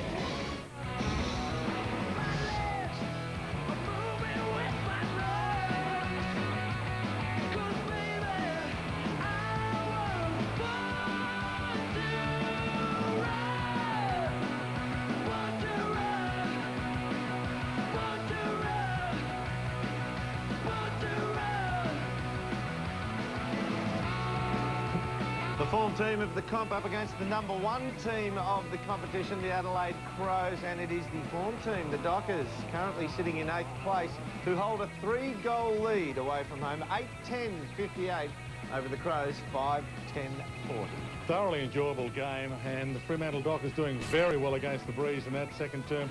Farmer 2, Shammer 2, a heap of ones, and for the Adelaide Crows, who are without their number 2, or their best 2 goal kickers so far this year, Brett Burton and Mark Rasciuto, are having to manufacture a few, Dermot, and they're struggling a little. Absolutely. And you see, we'll speak to Brett Burton after the break, but they could well do with him right now. Let's have a look at the Freo goals. And well, they managed to put 8 on in the first half, but it's their pressure through the midfield and their ability to move the ball quickly. This type of play, Dwayne, where they just keep the ball moving at all cost.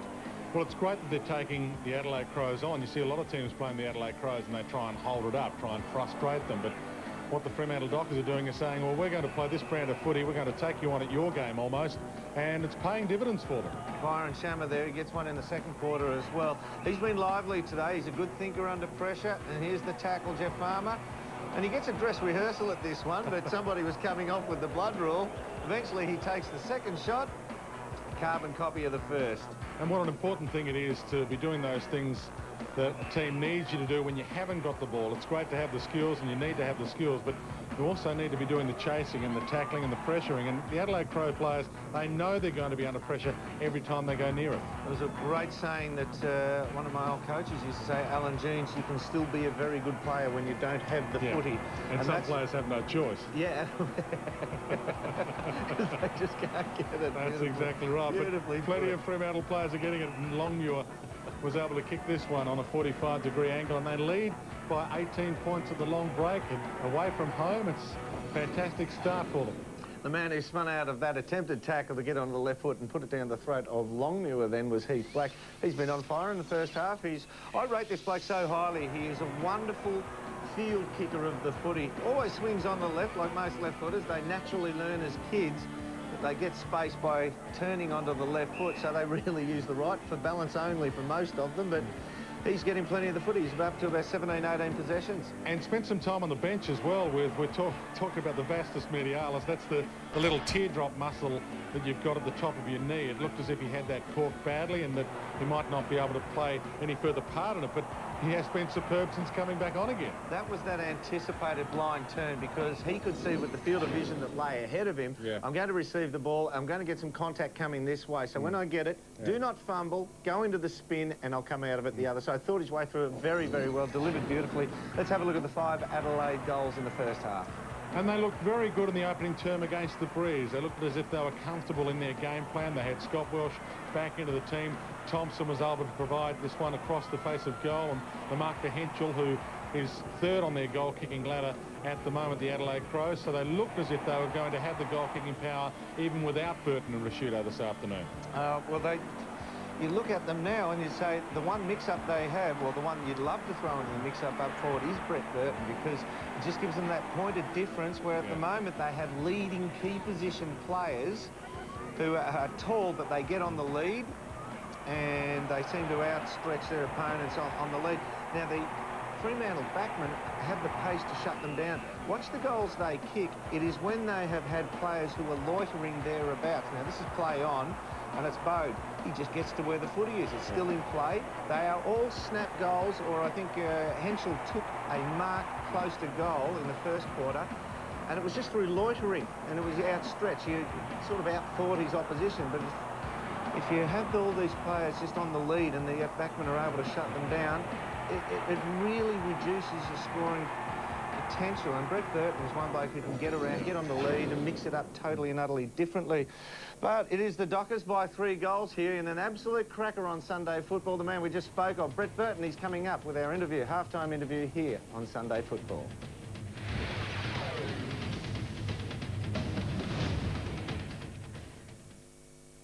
From Brian Brown, Australia's best actors together in a totally new Australian drama. Is anyone there? Monday 9:35, 2 gripping tales. Hello? With Melissa George, alone and desperate. Can't be happening. Then Gary McDonald and Steve Bisley, caught in a game of cat and mouse. Each tale with a twist. Brian Brown's Too Twisted premieres Monday 9:35 on 9. Yes, welcome to the travel auction. Right now, we've got 50 short holiday packages available for this hour's top 50 bidders. Today's package takes us minutes from Mildura to the heart of Sunraysia and includes up to 5 nights motel accommodation at the Kumiala Club Resort. You get breakfasts, dinner, and several attraction discount offers. Normally $336 for a couple. Ring now, bid what you want to pay, and if successful, you've got a year to travel. Some conditions apply. 1300 65 65 73. Chicken nuggets. Oh, yeah, love them. But, you know, not big enough unless you're a pygmy. However, Jack's understands hungry. Take a look at these mega nuggets. Now, that's more like it. And they come with this freaky dipping sauce. Team that with a Coke and fries and you've made a meal of it. But wait, there's more. Marinated chicken wingettes. Oh, yeah, just the thing when you're feeling beckish. The burgers are better at Hungry Jack's. Oh, hi, Terry. Oh, hi, Jill. Hey, how's it all going? Yeah, pretty good, thanks. Actually, we wanted to chat to you about getting our home loan put on... Pregnant pause? Sure, why not? That's another example of the wizard why not attitude. Home loans are all about flexibility and being able to talk to your local wizard manager about anything, anytime. At Wizard, you'll find we say, why not?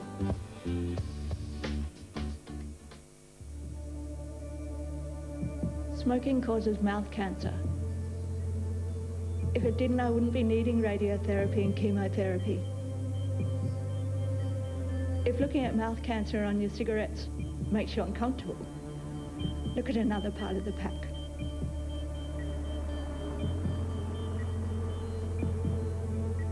Quitting is hard. Not quitting is harder.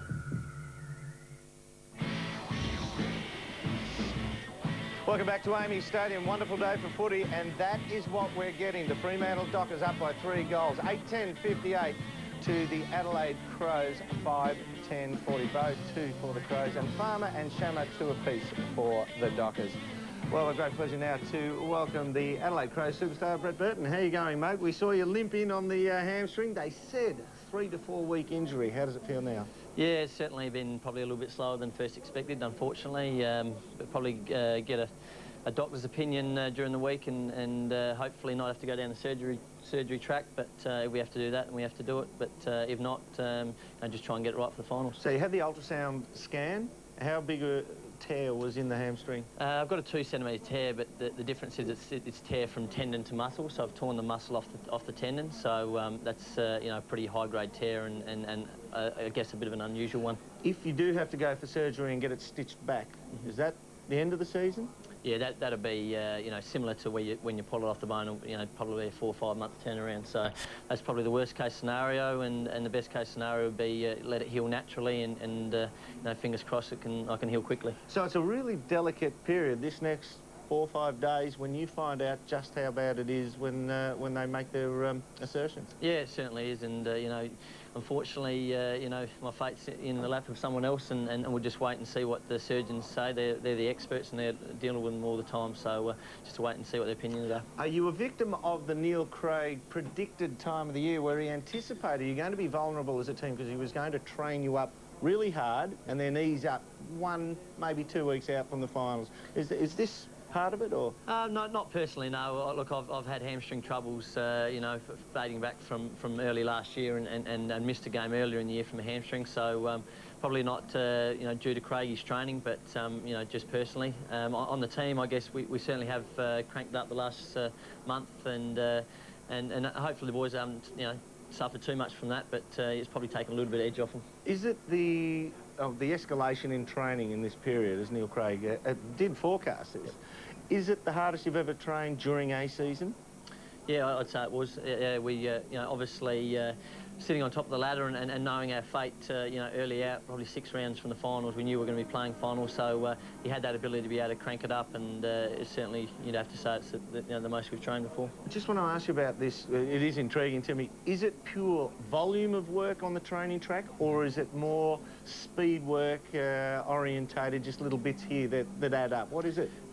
Probably, a volume, but also we do a lot of game-specific stuff, so we're always asked to, trade a high intensity, but also just the little extra stuff after training, whether it be on a bike or running. It's not a huge amount, but it's just a little bit extra, and as you know, from week to week, you're basically just trying to recover, so any extra training will take a little bit off you, I suppose. You're a godsend in this era when we find that the world is littered with uncontested marks. You take 1 out of every 4 mark is contested. Do you get absolutely, what would you call it, licence from the coach? Hey, doesn't matter if you're 3 deep, go for it. Well, we certainly, pride ourselves on having aerial power and the ability to... You?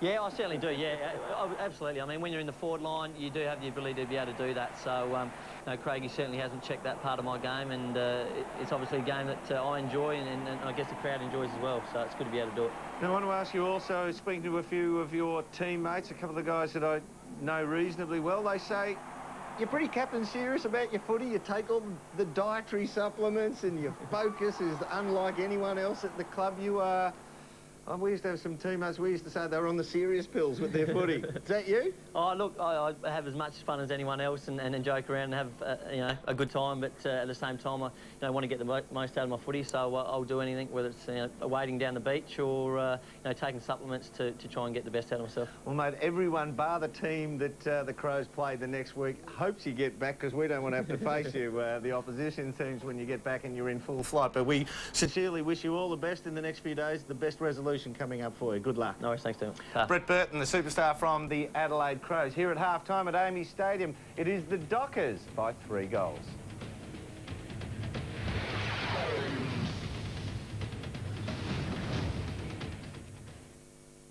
This news update brought to you by Bank SA, the bank with more branches in South Australia. Hello again. Tonight in National 9 News, the deal that could save struggling families thousands of dollars in fuel costs, with some motoring groups predicting petrol to spike at $1.50 this week.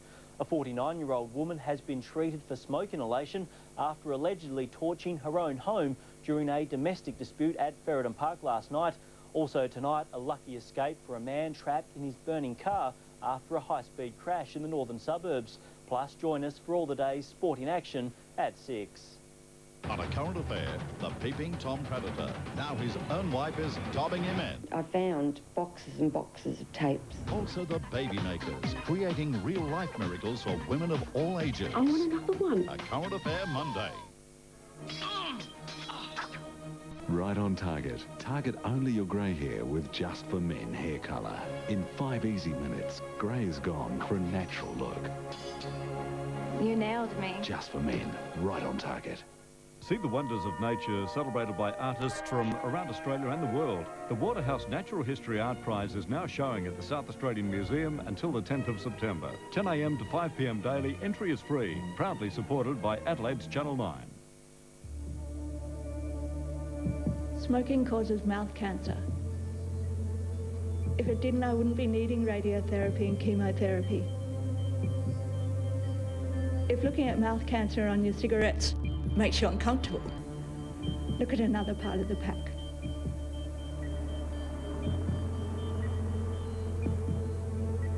Quitting is hard. Not quitting is harder. Channel 9, together with Falls Creek, are giving you the chance to win one of 6 weekend ski packages valued at over $2,500 each.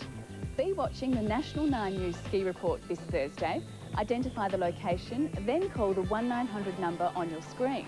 Or visit your local Ski Connection or the Snow and Surf Company stores for your chance to win an awesome Falls Creek skiing experience. So tune into the National 9 News Ski Report every Thursday for your chance to win. A new cold case with a twist, Monday, 8:35 on 9.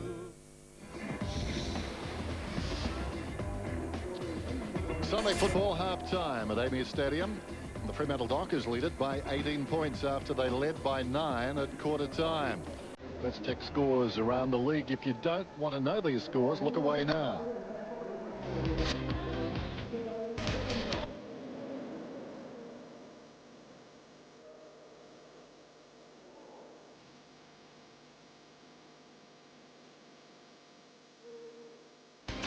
We can't tell you.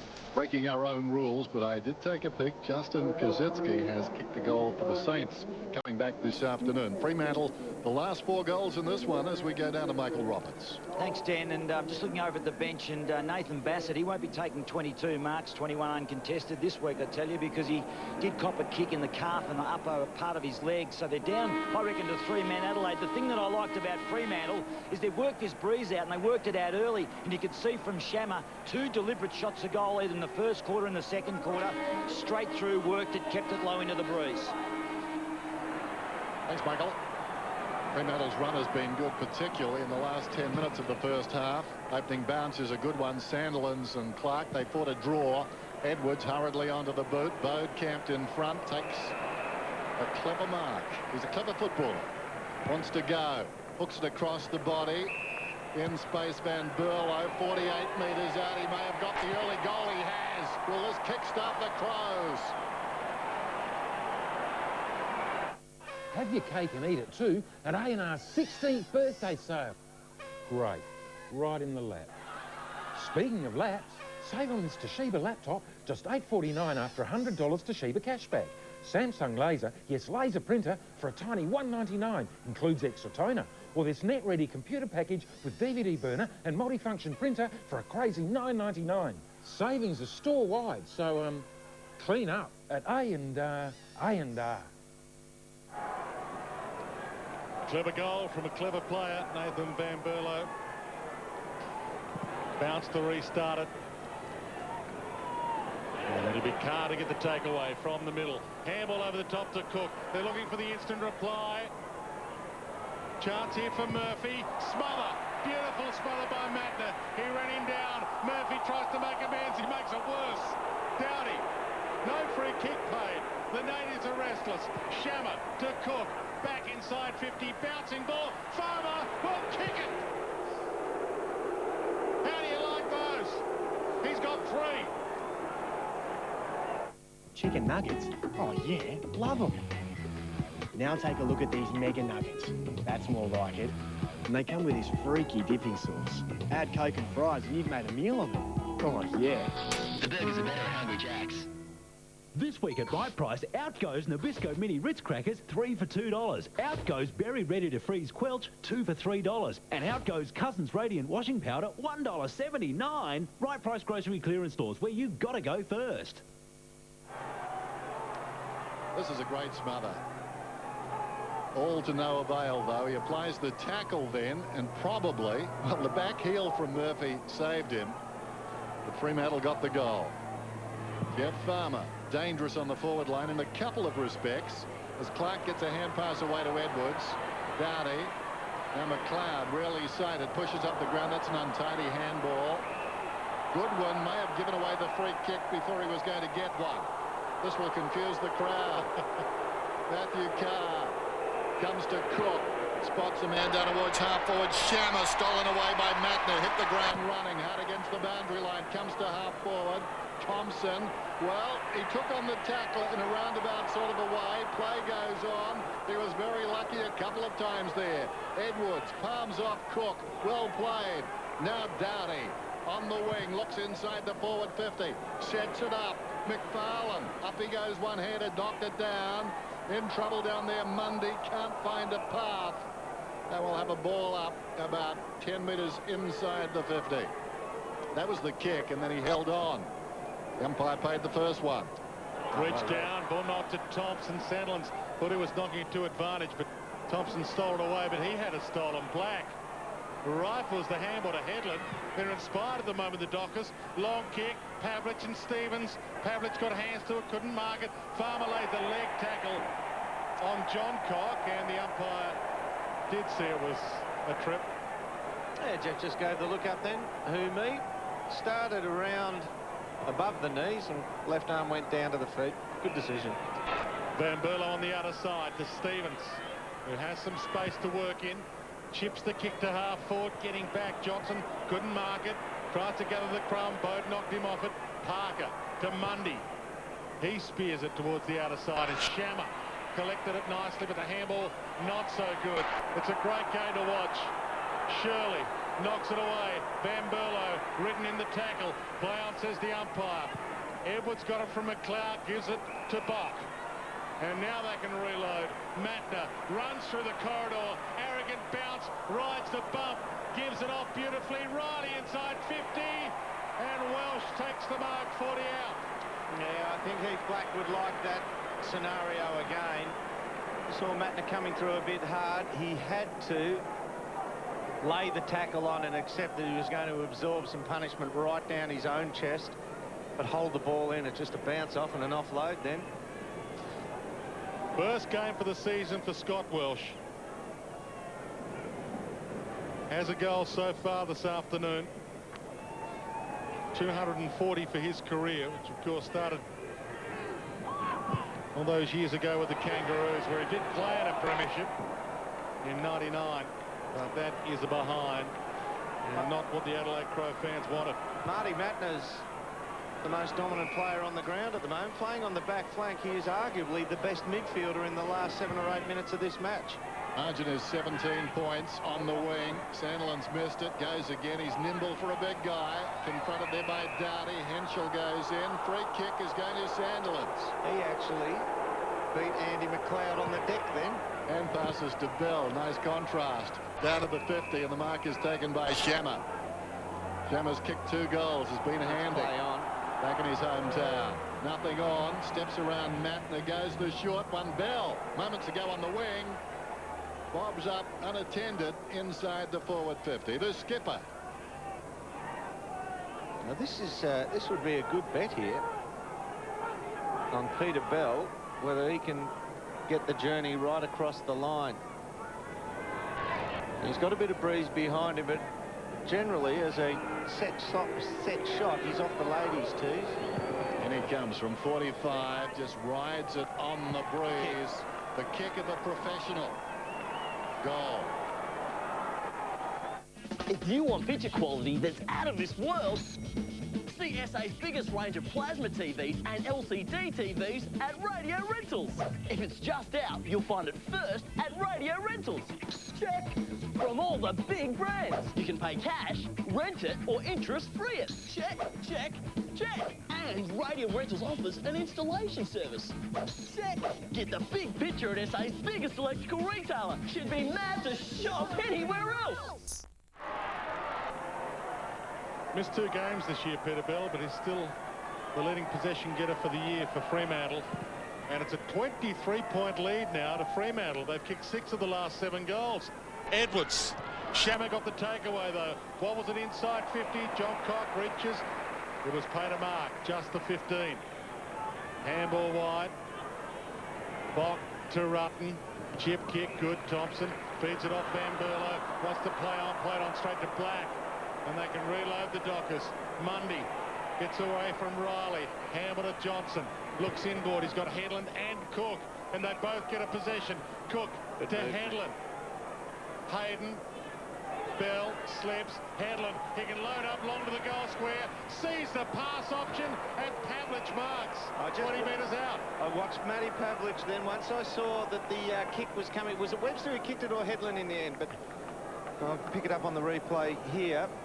Matty Pavlich right now has seen his opponent ahead of him take his eyes off the ball carrier, and that's why he led to that space. It was the only little bit of space he could see, but as soon as his opponent took his eyes off him, he was just out into space. Perfect lead, well timed, really knowledgeable of the football game. One of the true superstars of the competition was that a bit of Wayne. Got that going a little bit too early. Well, he is. Yeah.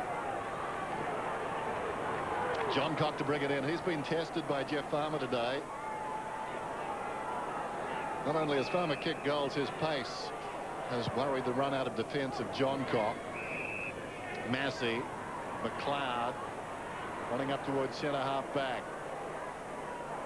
Riley feeds it wider. Thompson.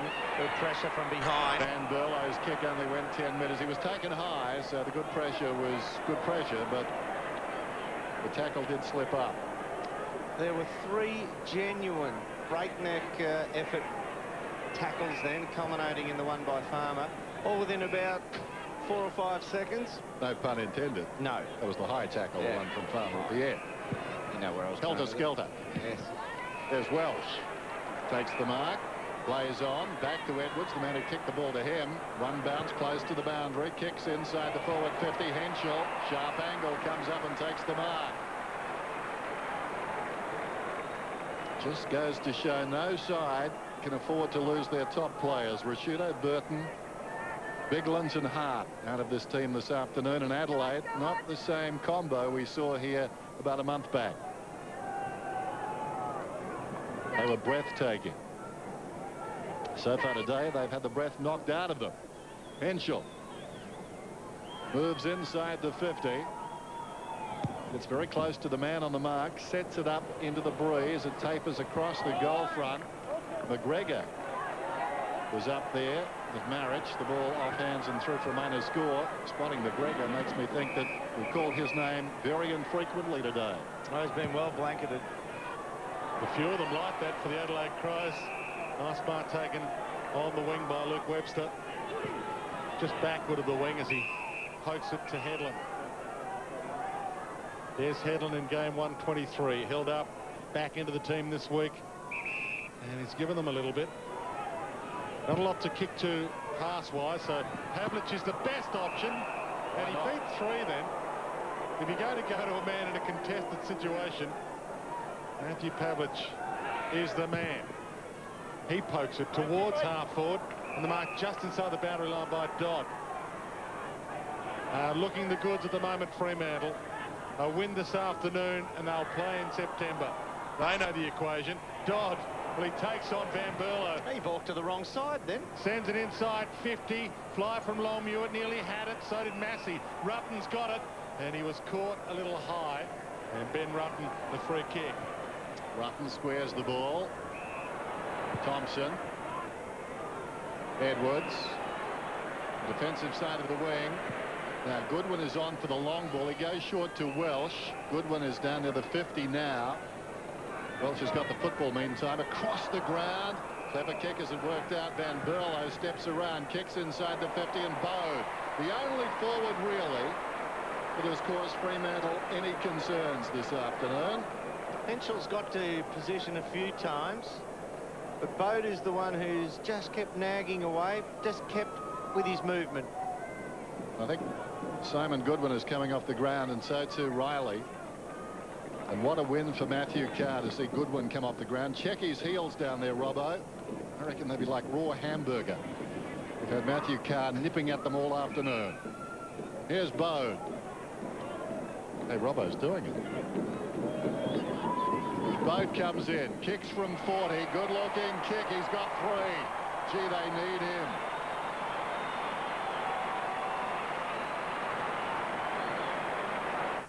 If you're looking to mix a little leisure with your next business conference, think about the McCracken and Clare Country Clubs. Our award-winning 4.5-star reputation is just the beginning. There's the golf, the tennis, the restaurants and bars, the health centres and the spas in every room. We should also mention our state-of-the-art conference facilities, catering for groups both large and small. So whether it's the seaside location of Victor Harbour or the rolling wine country of Clare, you'll experience the finest hospitality at the McCracken and Clare Country Clubs. 3 goals now for Matthew Bode. What a difference a season makes. Just played the 2 games last year, Matty Bode, and this is game 18 for this year. Van Berlo couldn't break free. Shirley on hands and knees tries to get it out. Does get it out. The Van Berlo who rolls it to Bode, having a big impact. Thompson, wobbler towards half forward. Henschel got a hand on it. Back to collect it. Mundy's half got him. And that was the option, half getting him because he didn't really have it, but it put pressure on. Gilmore, back pocket, and Bode slaps it out. Well, Bode's basically his first function, his primary function in the forward line is to apply tackling pressure and hold the ball in. You know, 1, maybe a 2-goal forward a week would be an absolute bonus, but he's got 3 already, and he's their main focus at the moment. Knocked down by Longmuir. Clever to McManus, slips. It helped him as it turned out. Longmuir goes to Bell. Taken by Bode. Hand passes back. McFarlane hard against the boundary line. Sends play up towards the wing. Pavlich attracts a crowd. Got hands to it. Carr a chance. Slides in the opposite direction than Berlo. And that ball isn't coming out. They'll have a ball up. He certainly does attract a crowd, didn't he? He was like magnetised by those... a magnet to all those Crows jumpers that as soon as the ball goes in the air, they all run side on and get to the drop of the ball to lend assistance to Stevens. Free kick. It'll go to Fremantle. You saw the Fremantle box. As you mentioned, Dennis, Cameron Schwab in there, the CEO, but no Robert Shaw, which is a surprise given that he's an ex-coach of the Adelaide Crows. You think he'd be in there giving some instructions as to how to play some of the great players that he coached. Gee, they're playing for each other, the Fremantle Crows. Shepherd's laid on everywhere. Hayden inside 50. Shammer had it thumbed clear by Matner, and we'll get a ball in 48 metres from Fremantle's goal. You know they'll come, though, Adelaide, and they do have the breeze in the final term. I think you just had a merger there, Durham. The Fremantle Crows. Oh, did I? Well, I don't want to be picky. Boundary throw in. Thank you. This is Thompson. Well done by Clark. In front, Henschel. Could have been held. Dodd, ditto. Over the football is Thompson. He's got 3 Dockers on top of him. And the umpire decides to ball it up. Well, let me reload and refire. The Fremantle Dockers really playing for each other. You can see it written all over them, the way they are running side on to lay shepherds, lay tackles. Webster gave it to Headland. This one high inside the 50. Pavlich had it punched away by Stevens. John Cock, Van Berlo, McLeod. There's still run. Now there's an Adelaide player down behind play. Great mark taken meantime. John Cock by Hayden going back with a flight of it. Comes short to Gilmore. Just get the feeling this next goal is essential. A long way from home. Well, either team. If Adelaide get it and pull the margin back to, what, 11 points to finish on the breeze, I think Fremantle may have been counting their chickens a little bit too early as Black puts this one inside the forward 50. Knocked down by Stevens. Shirley in trouble. Headland brilliantly done. Hasn't seen much of the football. Goes around the corner wide of Murphy and it bounces out of bounds. But if the Dockers get the next goal, then suddenly it's back to 23 and a nice little buffer. Well, Sandilands, he's going to be hard to contain in this ruck. And here he's going to reach right over the top of Clark. And one down the throat's going to spell danger. Clark got the hand to Well it. done. Matner through traffic does well. Goodwin. He's starting to lift his rate at the moment. Is Simon Goodwin. Got it to John Cock, who gets it wide to Paul Pleasure. Hasn't had a lot of game time. Hasn't had a lot of ball. That's a downfield kick. No, on the kick. Well, hang on. I think he's saying that he pushed him after the kick. Yeah, he has too. So, unfortunately, the kick bounced short of the 50. Probably. The kick ended up 35 from goal. So where do you take it from where it bounces, do you? Yeah, probably bounced short because it was just about in the kick. Yeah. So the kick is taken from where it bounced, which is just outside 50 by McGregor. Henschel wobbles it towards the pocket, and you would think Mundy would be content to take it out of play. He is, with a little help from Bock. 54 plays 71. We've played 18 minutes into this third term. And that's where the game gets tricky, doesn't it? If you're trying to explain it to somebody just recently arrived from Transylvania, what do you tell them in situations like that? Over the top Mundy. All the nuances. Bell comes away. He's at left half back. He kicks it up towards the wing, but out of bounds on the fall. The intention was right. Pavlich was coming up on the lead. 71 plays 54. It's a tug of war. Fremantle got the breeze. 6.5 minutes more to use it. Matner squares it. Rutten. More characteristic Adelaide football. Rutten. Down towards half forward. Massey can run to the 50. Run down by Farmer. Brilliant defensive work by Jeffrey Farmer. Goes after the football. Flicks it out to Shammer. He's claimed from behind by John Cock. Throwing his weight around in there was Bock. And we'll have a ball up. This is, I mean, you can have your strategies in coaching, but also what gets overlooked is a coach's ability to motivate his team consistently to do those types of things. Consistently run down the opponent. That's a free kick to Sandler's, hands around the waist. To run down the opponent, to lay tackles, to charge in aggressively for each other. McManus to Headland to Farmer. He can go all the way here, Jeffrey. Lines them up from 45. Out of bounds on the full. I reckon he does have an innate ability to know what's going on around him, Jeff Farmer. And the fact that he had to accelerate in his last 4 paces instead of decelerate and steady, because he sensed and he knew that Matner was closing the gap on him. So once again, Marty Matner's foot pace to just put the inferred pressure on, all valuable. Massey found Edwards. And he kicks it towards Thompson. Gets away from Black. Well played. Van Berlo through traffic. Boundary line might be okay. It's a win for both teams. No. And a free kick to Adelaide. Against Heath Black. He slung Riley down. Now Brent Riley, short. McGregor off. Doughty. Edwards having a massive game. 30 possessions virtually for Tyson Edwards. Make that 28. He went back to the midfield to Rutten. He pokes it to Bock. Dropped it. Mopped it up. Sends it inside 50. Low trajectory kick. Sandlin's there. Snap around the body. Is wide from Paul Pleasure. Only a behind. Adelaide are coming. You can sense that. They're really having a crack now into this breeze. Farmer off.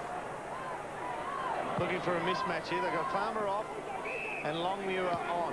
So if the ball comes to the wing for an aerial contest, that's going to hold up there. Tackle by Dowdy, holding the ball, he'll get the free kick. Goes against Hayden, and Dowdy is normally a reliable kick. Yeah, he slapped away the hand of the first tackler. No time to know what was happening coming with the second tackler, Dowdy. But he had prior opportunity. Top decision. And that's the modern tackling technique that players have been learning for a couple of years now, to grab the arm that's got the ball in it. Yeah, pin Not it just to grab the body. If they've got it. A goal here, and we're back to 10 points. If they've had the prior opportunity, hold it in. Dowdy, as I said, an unreliable kick. He puts it towards the opposite pocket. Welsh was up, missed it. Here's that man again, Bode! From the impossible angle, he sneaks in his fourth.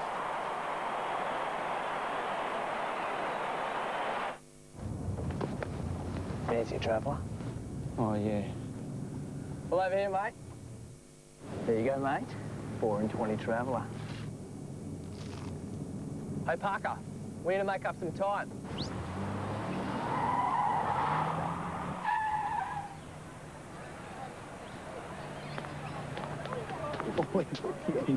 Come on.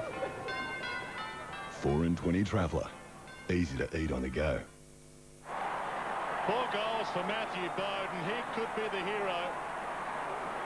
He's lucky to even be playing football. Wasn't drafted as a 17-year-old. Quit footy altogether, moved to England to be an opening bat for a sub-county team in the Bolton League. And then all of a sudden decided to come home and have another try. Port Adelaide gave him up to Adelaide and has inspired them big time, Matthew Bode. From the takeaway, Bock about to send them inside 50. Where's Bode? He sends it long towards the goal square. Henschel, one-on-one. Good chest, free kick against Dodd. I think you might even find here, and he's got the arm around him, but I think he's actually grabbed Dodd's arm. He has to. Yeah. He has to. He's grabbed it nice and early and held it over his own shoulder. See? He's hooked around Dodd's arm. And that's clever play. I mean, it's good play. If the umpire's going to fall into that, well done.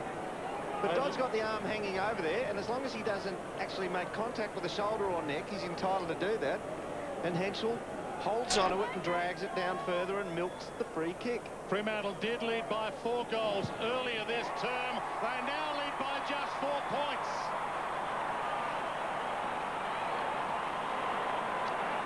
You wouldn't call him glamorous. He lacks artistry. And he sure ain't graceful. But if you're not catching Jules Lund's performances on Dancing on Ice, you're definitely missing out. Every time I lift my arms, I get a wedgie. Everyone gets a little wobbly now and then.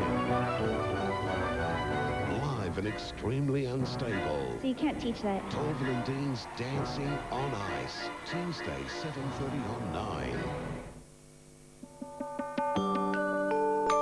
Now, HP lets you create more for less. With printing technology that's so advanced, HP printers outperform other brands, giving you twice as many beautiful quality prints with the same amount of ink. So, every time you print, you'll save money.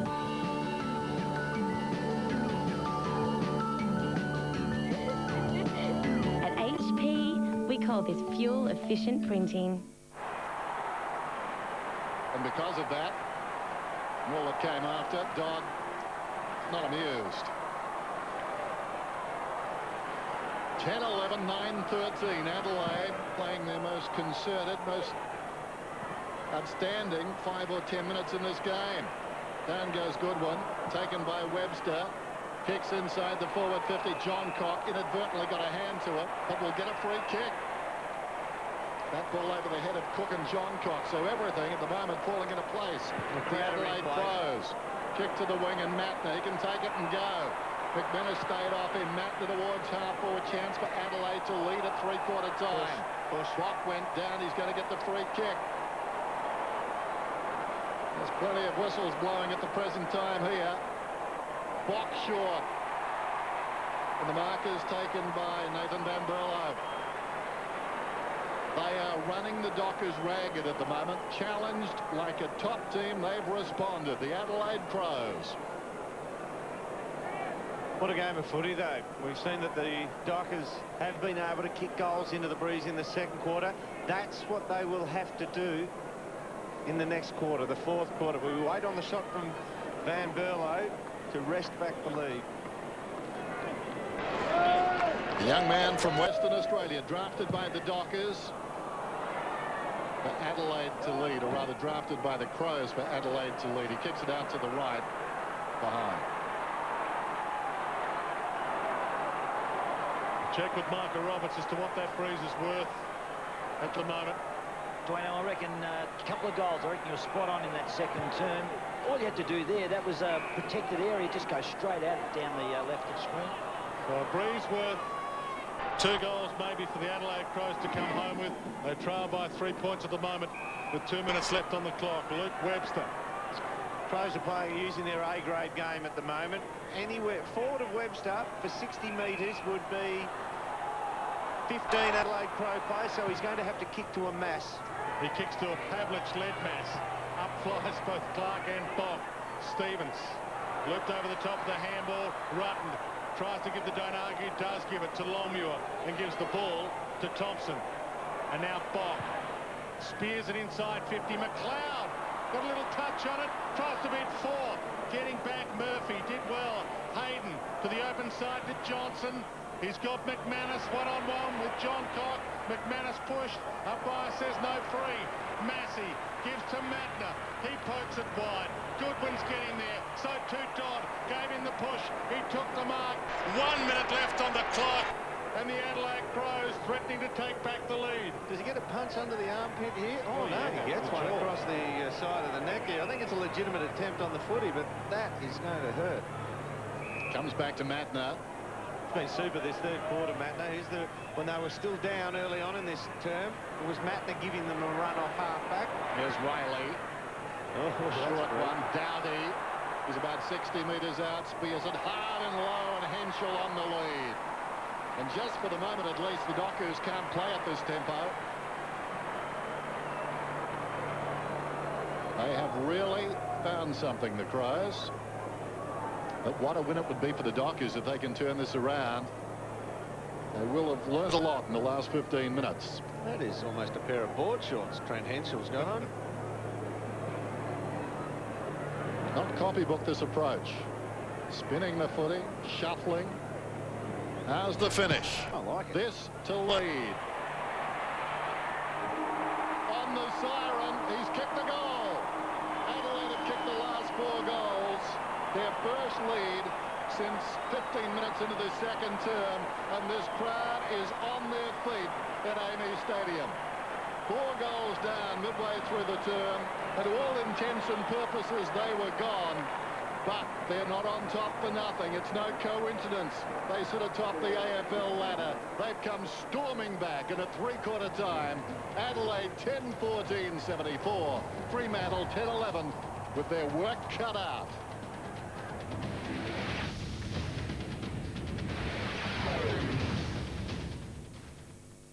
Tonight on 9, a woman dragged from her burning home and then charged with arson, the fuel deal that could save you thousands, and the Power's accidental hero.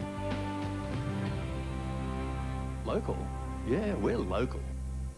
What other glazier can you expect to see within half an hour and have the job completed there and then? What other glazier is South Australian owned and quality assured for superior service? What other? None other than my glazier. Premises sold by auction. Talking Furniture closing down. Not relocating. Not reopening. All new and used furniture must clear. Talking Furniture. It's the Caravan and Camping Big Boomerang Sale. And no, it's not a mid-year show. It's a one-off weekend sale at leading caravan and camping outlets across the length and breadth of Adelaide. The more you go around, the more your chance will come around to win voucher prizes from $100 up to $5,000. See the daily papers for participating outlets and pack up laughing for your next holiday at the Caravan and Camping Big Boomerang Sale. Saturday the 19th and Sunday the 20th of August. Too good, too good, too good, too good, too Stonecraft have done it to us again. Just look at the new display supercentre. How can anyone compete with this?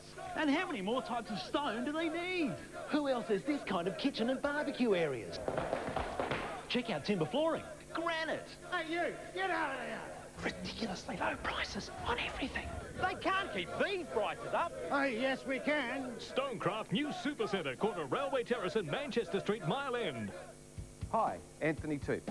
When choosing a real estate agent to sell your home, be sure to choose an agent that is not only ethical and professional, but also has the ability and the resources to deliver. Look, at Toop & Toop, we practice this every time, such as Adelaide's only weekly updated property magazine, The Address, or our exciting and award-winning website complete with virtual tours and linked to googleearth.com, or get in touch with over 8,000 registered buyers. So when it's quality property, it's Toop & Toop. The first cotton undies with Coolmax technology to wick the sweat away. Wick sweat. What does that mean? Wick it away, to draw up. Extract. Withdraw. The science of moisture management. I can't say that Aussie guys don't want an undie science lesson. That is ridiculous. These are very clever undies. It's not rocket science. It's simple, like zinc and eskies. The undies are made for Australian summer. But what's the ad say? New Bonds Everyday Active. Very comfy summer undies. You're a genius. When I grow up, I want to be a nurse or a doctor and take care of people, just like all the doctors and nurses that looked after me when I was sick.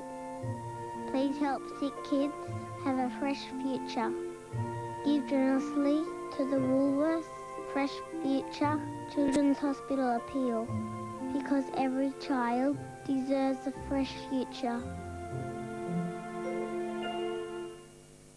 Tonight, 6:30. Join us for this week's countdown. Shocking, controversial, Great story. Absolutely irresistible. I felt a little guilty. Count down the 20-to-1 great Aussie scandals. Tonight, 6:30 on Channel 9. The 2006 Toyota AFL Premiership season, proudly brought to you by Wizard Home Loans. We say, why not? A&R Computers, the team to beat for great value and service. And Radio Rentals, SA's biggest electrical retailer. Welcome back to Amy Stadium, where it's three-quarter time, and the story so far, Jeff Farmer cultivated the first goal for Fremantle, and they were up and about early before Nathan Bock back into the Adelaide Crow lineup for game number 2 for the season, with a little bit of help from McLeod. And in front of a big home crowd, they were away. Peter Bell. Bells might be ringing at AFL headquarters this week for him. 9-point lead to Fremantle at quarter time, and then Josh Carr back in familiar territory where he plied his trade with Port Adelaide in that premiership victory. Slotted one through, and Matthew Bode, 2 goals in a minute, and the Adelaide Crows hit back for Matthew Pavlich, able to slot one from just outside 50. Another South Australian return home, but he knows where they are here at Amy Stadium. And at half-time, it was the Dockers by 18 points before Nathan Van Berlo was able to send one straight over the goal umpire's hat from 50. Jeff Farmer, he was able to slip through for his 3rd of the game. And the Fremantle Dockers led by as much as 24 points before Matthew Bode, saviour up forward for Adelaide. And at three-quarter time, it's the Adelaide Crows at home by 3 points. The 3-point margin here at Amy Stadium after Adelaide came home pretty strongly in that third quarter. 4 goals to Bode, 3 to Farmer. Let's go down to ground level. Plenty of happening off the field as well, Michael, with injuries looming up on both these teams. Yeah, Adelaide down to 2. Bassett, as we know, is crook, but also Kenny McGregor's got a hamstring. Could be the excuse he hasn't been able to get a kick. 43,127 inside Amy Stadium today. Gilmore to Headland, who's been conspicuous by his absence. Clever play there by Black to knock it to Parker. Out wide, this is Pete. Hand passes forward. Bell, 20 possessions so far. Most by a Docker. 21 now. Goes in short. Headland's got it. They need him to fire in this term. And he's slowed up play here, even though they're under pressure there. He's taken the foot off the gas. This is going to be a tough possession, the next one. Oh, he's run well here, Pete. It's the master wide receiver. Pushing forward as Bell popped it to him. Pavlich comes on a searching lead, has to hesitate. The kick did him in. Stevens able to get there and punch it away in a wry, wistful look from Pavlich. Back to the kicker. Can't always be room service, as we've said before. But a better kick would have helped him out that time. Exposed far too much of the ball to the defender. Clark brilliantly. Down to Edwards. High ball towards the wing. Clever in front. Riley almost held. Gilmore got a hand pass away. In trouble Johnson. Box got it now. Weight of numbers will tell the story. Massey forward to Doughty. Runs beyond the wing. Probing kick inside the forward 50. Coming back with a float of it. McFarlane left it behind. Black, who's been good, coming up to his 22nd possession. Gets it across towards Dodd. Dodd in turn to Headland. So Headland seeing a bit of it to open this quarter. Couple of bounces. Now he's in trouble. Gives it to Shammer. Shammer stumbles. Hand passes out wide. It was a trip. Headland didn't read that well at all. If you were able to see with our eyes here, it was just stupid moment. But Peter Bell had run into play. He was side on, but he'd got inside 50 to about 40 metres out, ready to receive. Oh, once again. He gets there and takes the mark, Dermot. So that was that play, that post run, as you called it. Yes. Where they run from behind the kicker into a designated spot for the pass. He's the Jerry Rice of wingmen. Yes. Let's hope he plays that long and that well. Now, right now, just to the right of Matthew Carr, there's Peter Bell. Sneak forward into that shot there. He was in there with time and space. Brett Peake to take the lead back for Fremantle. He sprayed it. He got the distance. Only a behind. It's a 2-point game. Have to say, three-quarter time came at a good time for the Dockers. It's taken some of the emotion out of this game. Adelaide was steamrolling up to three-quarter time. John Cock to bring it in. Straight up the middle. Good kick as it turns out. Massey takes the mark. Runners alongside. This is Shirley in trouble. Feeds it back.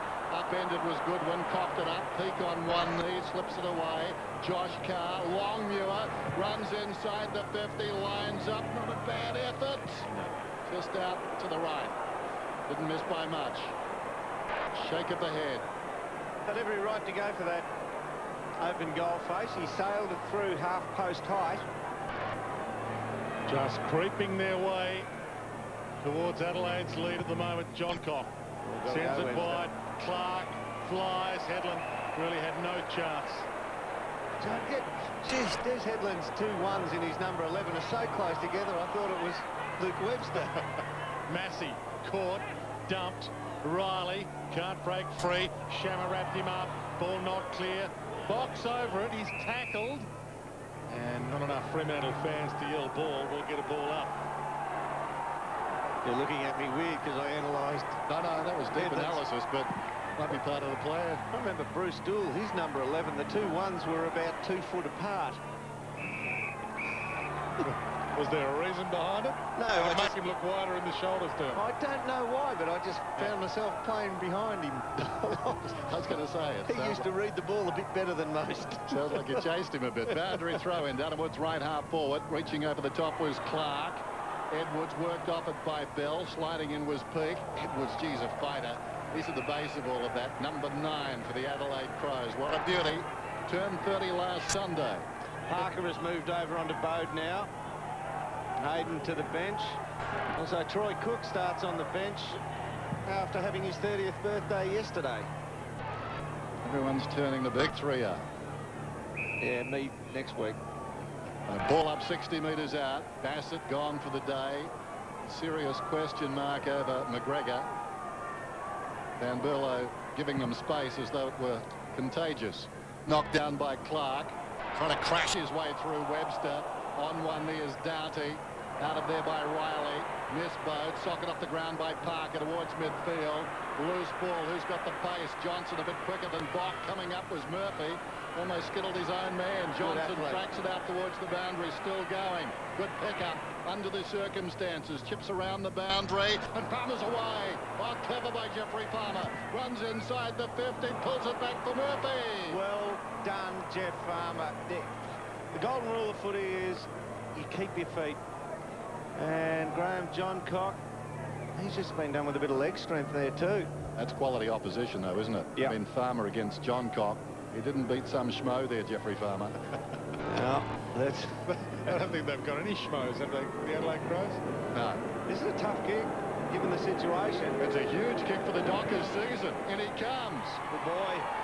He is very accurate.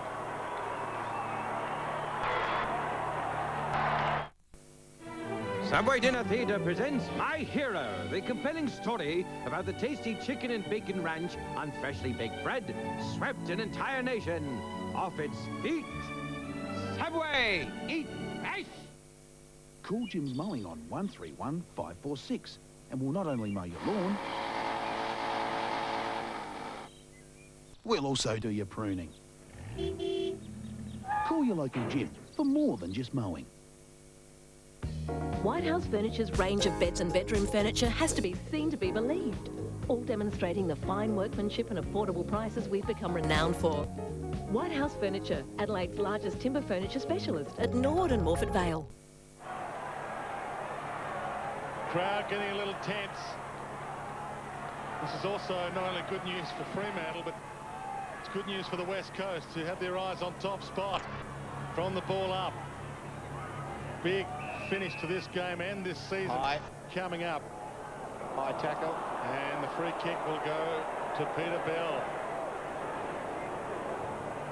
You got to go to Pavlich while they're one out. He's still calling for it. Hurry up and get it to me. Bell goes wide for Gilmore. One-handed mark, too far out to score. 70 from goal. 79 plays 74. Now the long kick inside 50 towards Pavlich. The bounce, he's got three Crows around him. Goodwin, Stevens, they combine to beat him. Matner. And now Edwards, possession number 30 for him. Chips it towards Bach, and he plucked it just above the turf. What's going to happen now with the Dockers midfield? Heath Black has had to go back onto the back flank and play against Port Clusier, so that takes away his ability to kick the ball to the inside 50. Thompson gets a chance to redeem himself. It came unglued out there. In fact, we've got a whistle, and it will come back, and a free kick will go to McLeod. McLeod just lays it off. This is Shirley. Runs beyond the wing, kicks inside the forward 50. Not much conviction in that kick. Reaching over the top was Welsh. Could have been taken high as it turned out. Black, Bell, nicely worked. Mundy, Cool, goes out wide. Josh Carr bounces it out of bounds. So the umpire decides that is deliberate. Oh dear. Right foot. Well, his intention was to go out of bounds. And he did gain some meterage, but his intention was to put it over. So if that is the way the rule is written now, I know it's not what we grew up with, but if that's the way it's written now, that's a correct decision. But there's no allowance there for a clumsy right footer. Up comes Welsh. Takes the mark. It's a natural left footer. And he rolled it end over end deliberately, aiming at it. You're letting the personality, because he's sneaky, sway you on this one. If it were the Prince James Hird, what would you say? Because he's sneaky, I want to let him off the hook. I want to give him an out, but there is none. Oh, he killed me. I like him. I've got no alibi for you. Here's Welsh. Going at his second goal, back in the side this afternoon. This to regain the lead for the Crows. Kick is on its way. I think he's a little annoyed with himself. Just hung it out to the right, expecting it to come back. It did not. Black with the important kick in. He can play on though, about 30 metres off, 25 metres off the square. Oh, Boat comes in now, closes down any possible play on. Straight toward the boundary, and McFarlane, strong hands. Now Lukey's was a good kick. It was a beautiful kick. He's not going to be, I was going to say, he hasn't got the foot skills to actually kick holes in it. Parker pokes it to Sandlands. It was even too high for him.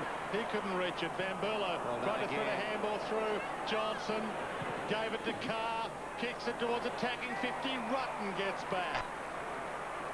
Takes the mark. Plays on immediately. Marich. Matner.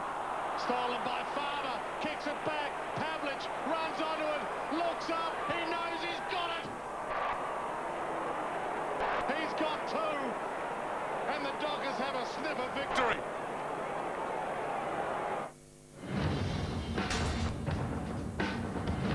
when the pressure becomes too much. I can't stand it! Everybody needs a little temptation. That'd be nice. Nice. Weeknights at 7, Channel 9.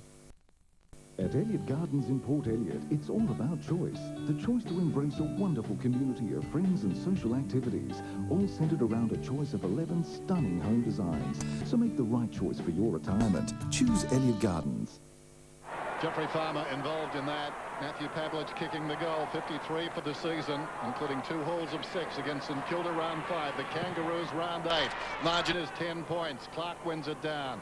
Stolen by Bell. On his knees, gets a hand pass away to Shammer. Shammer's kick just up into no man's land. This will be interesting. How will it bounce? Well, down goes Thompson. He was aided by the bounce initially, and now he's upended by Farmer. Attempting the submission hold, will have a bounce just forward of the wing. They actually went for the 3 count on him. Pulled the left leg up, pinned the shoulders.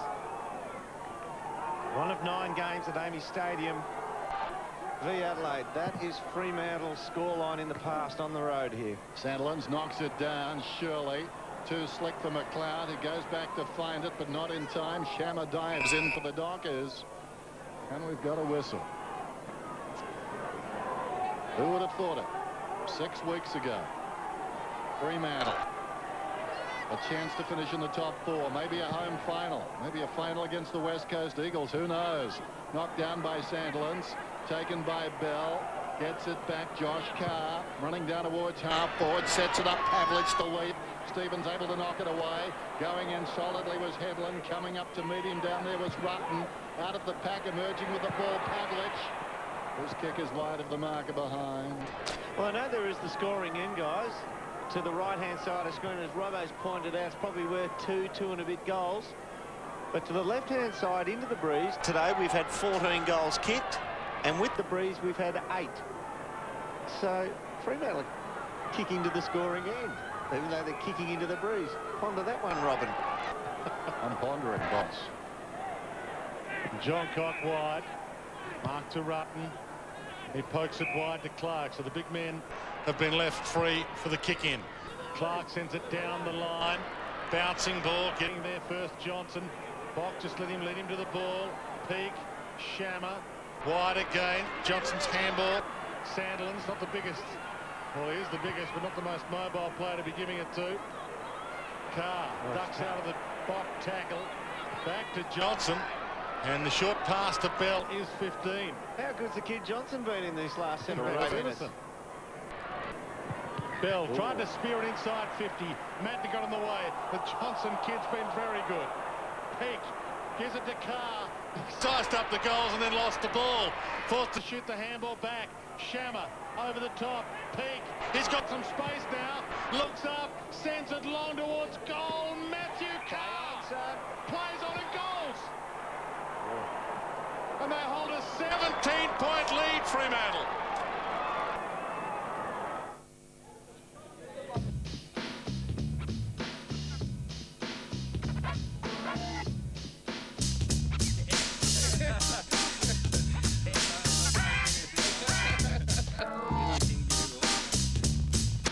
A powerful 172 kilowatt V6, constant all-wheel drive, and available with 7 seats.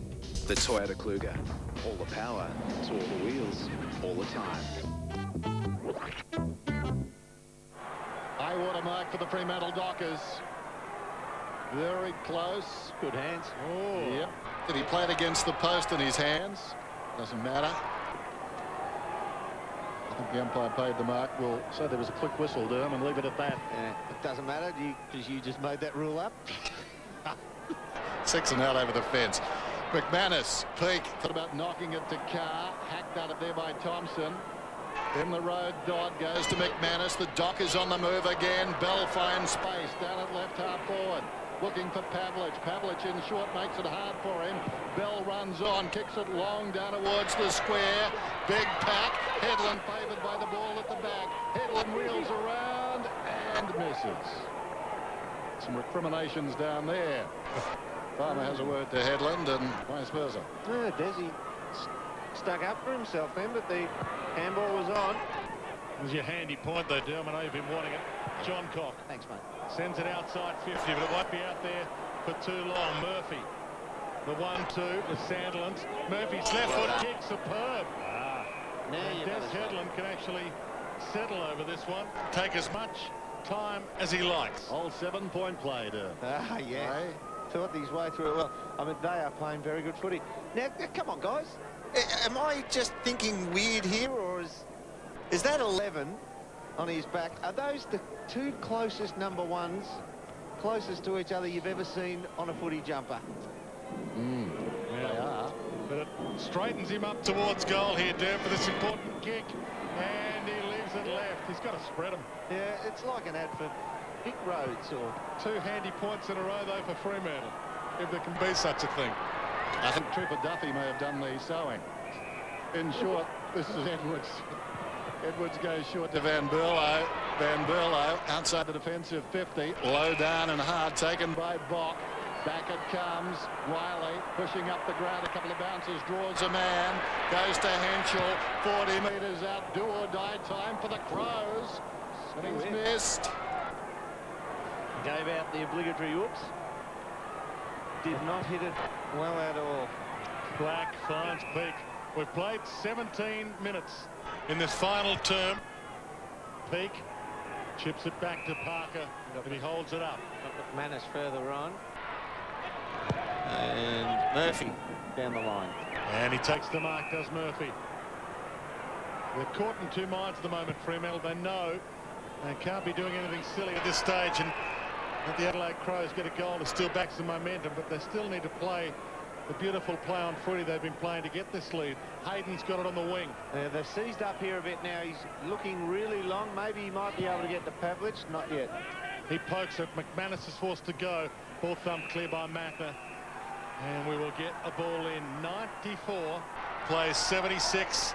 It's a 3-goal lead to Fremantle. The possession time is going to be tough to turn around. Sandlands ran into space then, and Headland's brought his opponent up into that space, and Sandlands tried to point to him and say go away, but he just refused. He just wanted to be on the lead. So poor team play there by Desi Headland. Edwards kicked it down towards half forward, Boat around the boundary. Parker gets back deep in his own defensive area to Peake under pressure, needs to keep his head. Good hand pass. Gave Black some space where there wasn't very much. Hugs the boundary line around the other side. Big leap by Headland. I thought he was grabbed on the way down. No free kick. McLeod comes away with the football. Gives it across to Riley. Thought about going back to Edwards. Decides to send it wider to Shirley. Shirley's long probing kick inside the forward 50, and McFarlane comes up and takes the mark. Thought about going back to the pocket. Now decides he will to Black. Now this is where it can get dangerous. If it gets in, it infects the mindset of the pattern of play you've used to get to where you are. Have an update on the sowing too, just watching him fly for that ball on the outer side. It was Trooper Vanderbilt. Good to sowing. There goes the kick wide. Todd, out of my ear. Oh, sorry. That's Troop.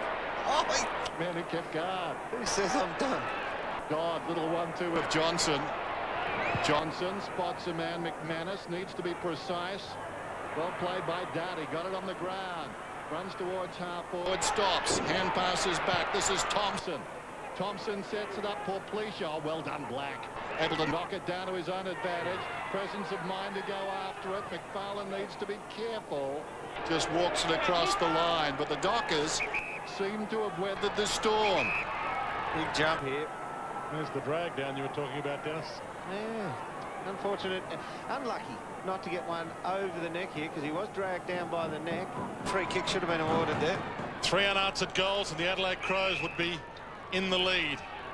We've ticked into time on final term.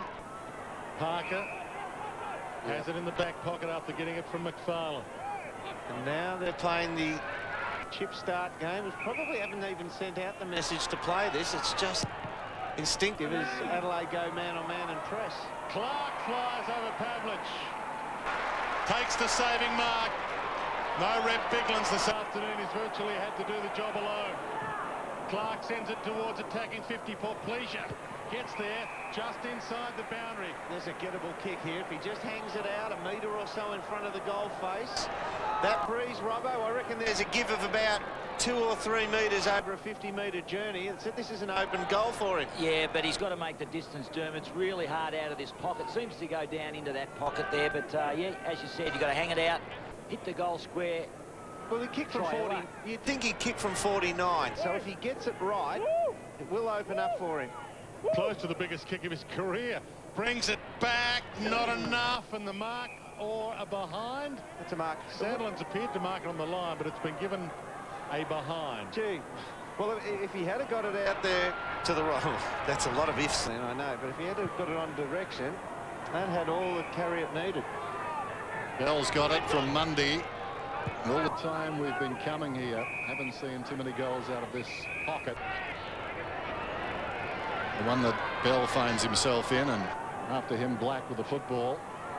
Never worried the young centre-half forward from Port Adelaide in the early 80s. There's the kick up towards the wing, and the mark is held in front by Van Berlo. He's not denying it. No. What number did you wear at Port? Number 4, Dean. Yeah, that's right. Van Berlo on the wing. Goes down towards half forward, heavily outnumbered down there as well. Takes a tumble, wants a free kick. Remonstrates with the umpire, but get the feeling now it's all about frustration for Adelaide. 78 plays 94, and the Dockers are holding and holding well. That's what lies ahead for them. Difficult certainly in the next 2 weeks. Bodu's been terrific. Sold Goodwin into trouble, just bounces off Josh Carr and goes down towards full forward. Mundy is there, able to knock it on the ground. Thompson sliding in was Bell, putting his body on the line as he does so often. He was taken high, and he'll get the free kick. Terrific by the skipper. That is one of those ones where you know you are going to take some punishment. He's got to come back because he's going to kick over the mark. Or has blood he got rule, blood rule? You know you're going to take a bit of punishment, but you're willing to do it to make sure that your team wins possession, and that is Peter Bell to a T. He knows. See how he's turned the head away? That's a protection thing, but he knows he has to go for it. That's taking a hit for the team. A knee in the back. 30th possession, 2 for Peter Bell. Parker. The 2 grand old campaigners combined. 2 inaugural Dockers, Parker and Bell. And they send it wide, just inside the line for Mundy. So 3 goals in 3 minutes is the equation that Adelaide will face as Mundy kicks this toward the wing, if he goes that direction. He does, and he pokes it to the free man. For some reason, Luke Webster left alone, and he can take some more seconds off the clock. Wonderful kick by Parker to Mundy. Now Webster goes back to Mundy. Haven't seen a lot of this today, and the game is far better for it. Mundy towards the wing, but if they do it now, it's understandable. Pavlich. The last time Fremantle won against Adelaide, round 16, 2004, 12 points was the margin on this ground. Here's Headland, who's lifted in the last quarter. Oh, they've worked this reasonably well up this flank of the ground now. Regardless of the absentees this afternoon for Adelaide, this will be one of the finest victories for the Fremantle Dockers, given the stakes were so high. Close to the boundary line, down goes Hayden, and the ball is out of bounds. So under 3 minutes to go. Clever kick, that one by Des Headland. While everyone is covered, he gets meterage down the line with 50 metres, and the spillage is going to be a boundary line throw-in, so minimises damage. Neil Craig appearing as though he was on the set of Bleak House. Away comes Mattner, the centre-half back. One last roll of the dice here for Adelaide as Rutten kicks towards half-forward. Bock has it now. Johnson, who's been very good, pursues him. Bock takes him on, gets inside the 50. Adelaide needing a goal. Mundy is running back. He got there in time. What an important touch by Johnson. Just laid a hand on it, and that is the difference in the kick that drops short and gives Mundy the chance to just rush it through. Kick in finds McFarlane. Well, this crowd totally and utterly silent now. 40,000 people stunned here. They are shell-shocked. Shammer, he'll hold it up. We're inside 2 minutes to full time. The Fremantle Dockers, as a few Adelaide Crow fans depart, the Fremantle Dockers can start thinking about September. What an important win this is. Shammer scoots it wide. Murphy, long kick inside 50. Pavlich got a hand to it. Off hands. Des Headland. He's played his part all right. Misses. Behind. Well, How do we view it? 1.5 minutes to go now. Are we convinced about Fremantle? There's the top 3 teams, of which Adelaide are one. Neil Craig, well, he predicted this mini slide was going to happen this time of the year. You've got the Sydney Swans who are building, and you have the awesome midfield of the West Coast Eagles. Is there a 4th team? It was viewed for most of the year, perhaps St Kilda, perhaps Collingwood, perhaps Melbourne. Could it be the Dockers? But maybe the loss for Adelaide just means that anybody in the finals could win it. Yeah, absolutely, on the day. But you know that they are consistently the 3 best performed teams. Are the Dockers capable of being the 4th shot at it? Welsh kicks it long. He got it from Riley. It bounces down towards the pocket. Johnson once more. He plays like a 35-year-old on occasions, and I don't mean that in an uncomplimentary fashion. He's got an old head on his body, although that time... More like a 12-year-old. He cocked it up for Thompson, who missed. Here's Bell. Well, it depends what they do, doesn't it? I mean, Fremantle, when they go at the game, when they move the ball quickly to Pavlich, a far different proposition to when they frustrate their supporters. And the competition in general, when they finesse around and go sideways and backwards and try and build from the back. Sometimes they need to be instinctive, and they're a far better team when they are. Bell's got the football. He's running up the ground now. McLeod comes to him. Bell says, bring it on, and goes looking for Matthew Curran. It spills out of bounds. They are the schizophrenic side in their way, Fremantle, but today they've been quite outstanding. And Bell, I think, having a bit of byplay, either with the supporters or the Adelaide bench, is he? Adelaide bench. Oh, there you go. Why not? Nathan Bassett, my man. Discussing maybe meeting up later in the week. It's laughing about smiling. it. Yeah. Well, it wasn't what happened that put him in there. That's something. Dying seconds. Goodwin. Well held today. Matthew Carr did a wonderful job. And on the siren, the Fremantle Dockers win their 12th of the season. And despite their poor percentage, you would say impossible for them to go out of the finals now. High fives all round. Fremantle challenged and headed. They trailed by 3 points at three-quarter time. The Crows were finishing on the breeze, but they couldn't sustain it, Adelaide. And playing for their very survival and perhaps their integrity in this competition. The Fremantle Dockers, led by Bell, we saw him moments ago, and Pavlich, a very dangerous forward. Jeff Farmer, terrific today. As he was last week, he finished with 3 goals, and he's down there, the whiz, with our man, Michael Roberts. Thanks, Dennis, and just smiles all around. I got you at the MCG, and you can play that ground, but you certainly turned around. You've actually turned around as a player, Jeff, in the last month. You've been outstanding. Yeah, well, no, I mean, sort of halfway through the year, us guys sort of got together, and we knew there was a great opportunity there if we were able to, you know, stick to our guns, you know, stick to the game plan, you know, and the confidence and belief that we have in each other as a group. I mean, that's the one that's really shown out in the last couple of weeks. You're kicking goals, but your assists are outstanding too, and that goes right through the side.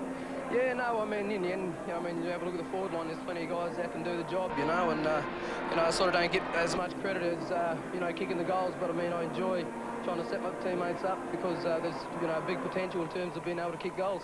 Top versus 8. You are aiming for a top 4 spot. That is the target now. The football world's got to stand up and have a look at Fremantle now, don't they? Yeah, well, I mean, we can't control what, you know, what goes around and what people say about us. All we can do is control what we're about. And I mean, our destiny is in our own hands. Just got to keep on going. We've got a, you know, a few more tough games ahead, and you know, who knows.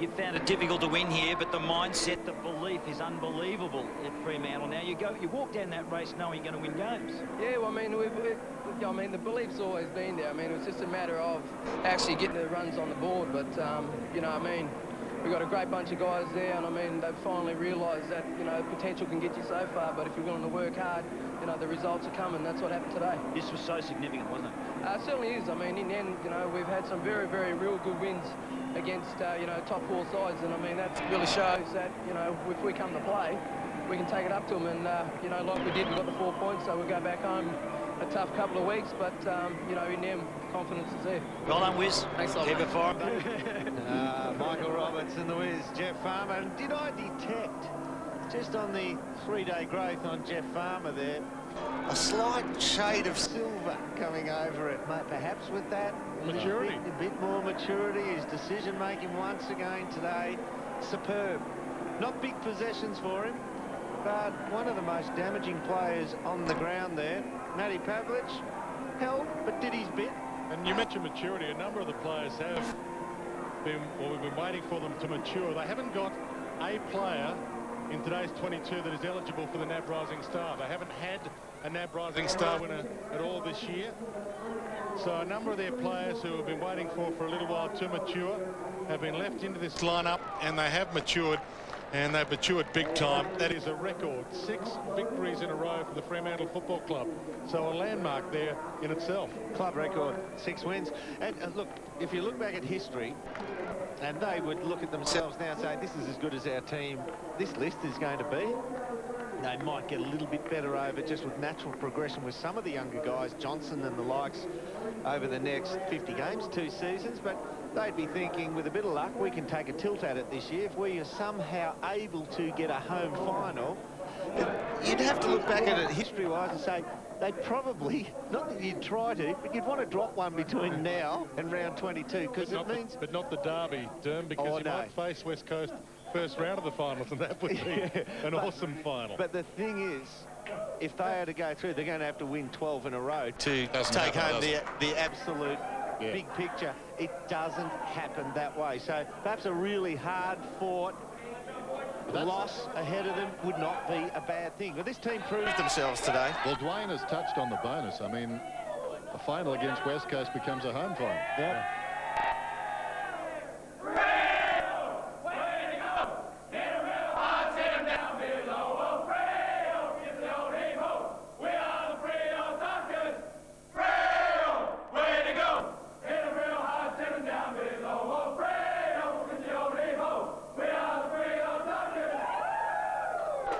A victory for the Fremantle Dockers.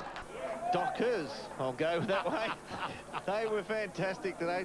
I'll call the doctor for that one. That was a big win on the road for the Dockers here. 13-17, 95, a 15-point victory over the Adelaide Crows. 10-20-80.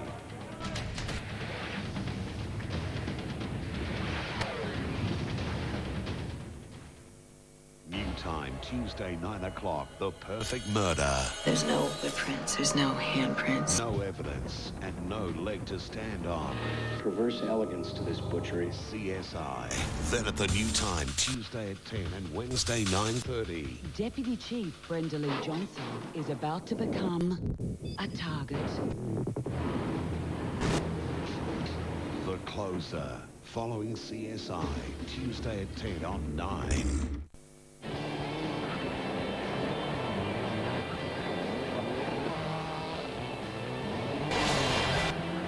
Get in the thick of it at the Toyota Rally SA. Pre-purchase tickets $28 through BAS or $30 at the gate. In August, get up to $150 worth of rentals from Video Easy when you buy a plasma or LCD from these leading brands. Get it for a song. The good guys. Pay less, pay cash.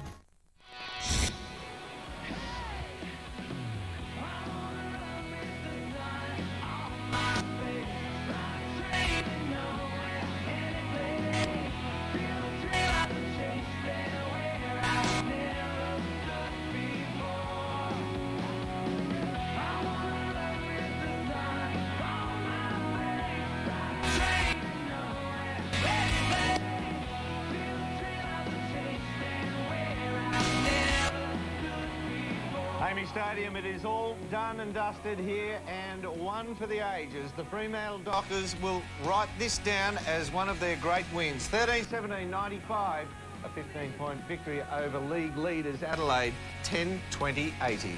And the Dockers had 9 goal scorers this afternoon, led by Jeffrey Farmer. He was a live wire on that forward line, finished with 3. Pavlich, 2 goals, 3, could have finished with 4 or 5. Bode outstanding for Adelaide, 4. And those 5 names for Adelaide, that's them. 5 goal kickers for Adelaide, most unusual for that club. Absolutely, and most unusual that Bode might be on top of them. Obviously, fantastic game of footy today. Let's have a look at the top 8 disposal getters for both teams. Bell was outstanding in the final term. I think from memory at three-quarter time he had 20. So in the last quarter, he's had 12 possessions, the captain. Heath Black, a good day as well. Started very well, finished with 26 and peaked well. He's an emerging player. And a facet of his game, Derm, that we like is that ability to be the wide receiver, come from alongside the kicker, running towards goal and take the mark. And Tyson Edwards, what can you say about him? Just a trooper for the Adelaide Crows. He was magnificent again today, but he made a great point there with Brett Peake. He needs the Joe Montana with the football at the time so they can read him as he comes around and plays that little run on them. Let's go down to the rooms now where Chris Connolly, the victorious coach, is with Michael Roberts. Well, Chris, this was top versus eighth, a massive challenge for you, and 6 wins on the trot a club record, and it's outstanding for Fremantle to be running into this sort of form. You're looking at a top 4 spot for the finals too, I'd say.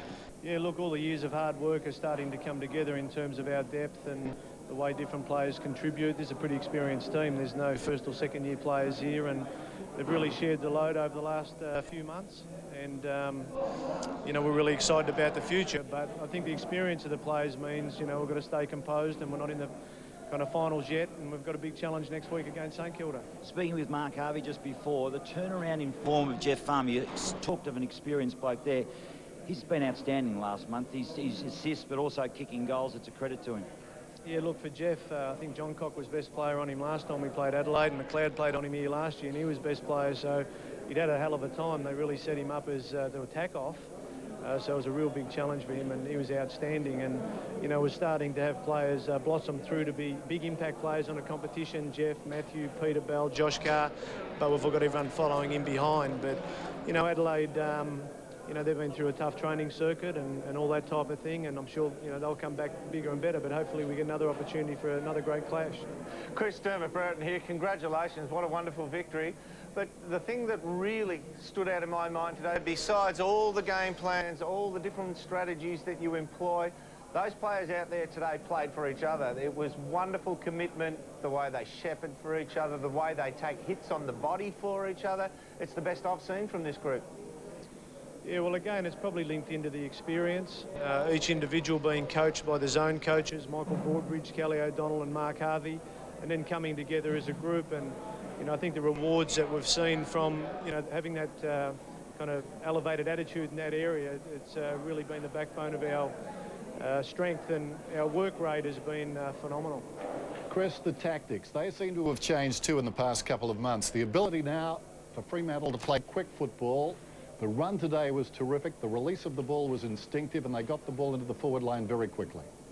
Yeah, look, and the pivotal time was probably, you know, the start of the fourth quarter, that they had strong momentum leading into three-quarter time, and we had to go out and continue to take positive risks and take the game on.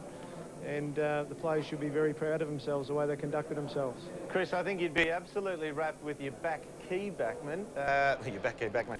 The fact is that the Adelaide Crow forwards are leading forwards, yet you had foot pace coverage on every one of those players, even from your really tall players down there. Yeah, and with Anthony Grover and Scott Thornton to return into the back 6 or 7 there, and I guess the key guy there is Mark Harvey. He's done an outstanding job with our defenders. They really have a real belief in the way he goes about his business, and I think Robert Shaw and himself have had a huge influence on, you know, the spirit of the place. Chris, you said the object this year was to make the finals and win a final. Do you need to reassess that goal now? Are you capable of more? No, we not at all. I mean, we're not in the finals. You know, we're going to win next week. Don't worry, as I say, we've been kicked in the teeth and kicked in the guts for 2 years now, so there'll be no complacency at Fremantle this week. Chris, before we let you go, the Dockers, Dennis touched on it just then. What do you need to get better? I mean, you're playing the best, you're the most informed team in the comp. What do you see as an avenue you could progress to on the eve of the finals? Oh, look, the chemistry, and we'll be challenged in all different ways, and Adelaide have really stood the test of time thus far, and I'm sure that, you know, they'll definitely bounce back. But the exciting thing at Fremantle, the majority of our leaders, you know, are starting to kind of elevate into that 25-year-old age bracket. And guys like Brett Peake and Byron Shammer, who I thought were outstanding today, they are starting to, you know, really have a strong understanding of the game. And it's taken 70 games. You know, Byron's 21. He's played his 70 games. and guys like him will go from strength to strength. Yeah, he's got a cool head in a crisis, Byron Shammy. He thinks his way through it pretty well. One bloke who, well, it actually looks like he's grown up a fair bit in the last 6 weeks also, Jeff Farmer. I mean, we've always known the prodigious talent. He was superb today. His decision-making, his unselfishness, but his attempts of running down a ball carrier from behind, I mean, it is purely for the team focus. Yeah, look, his leadership was outstanding, and you know, through different situations, and don't worry, it's been some big challenges around the Fremantle Football Club at different times that, you know, our leaders have really stood up and kept the place together. And, you know, I think we missed by 2 points last year, 4 points the year before, but we've been able to develop the squad and win at the same time. But, you know, we need to continue to win a lot more than we lose, let's say. Chris, thank you for your time. Congratulations. It was a wonderful game of footy to call. What did you think of it? Oh, look, it was, I think the kind of the exciting thing was that, you know, we had players who were probably a little down on form, and but they contributed, and then we had players grab hold of the game, and, you know, I think if we can continue with that even contribution into the future, it'll be very exciting. Good on you, Chris. Thanks, mate. Somewhere in behind there, I reckon there's a little smile lurking in there, Chris. You seem very happy. There it is. There it is. Good on you, mate. Congratulations. Thank you. Chris 6 in a Kelly there. row, Thank you. The Fremantle Dockers 6 in a row. Normally not the same sentence. Well, the old days, well, of course. You called it. I mean, 6 weeks ago, we were saying, here's a season for the Dockers. They're not going to go anywhere, you know, that type of thing. They were sensational today. The way they were able to move the ball quickly. Jeff Farmer, I would put him down for equal best on ground. I thought he was superb today. His unselfish, unrewarded acts, his creativity, and his just hard work ethic in his side of the ground was just superb. Fantastic, fantastic. He was like that last week. I watched the tape during the week and I thought he was inspirational.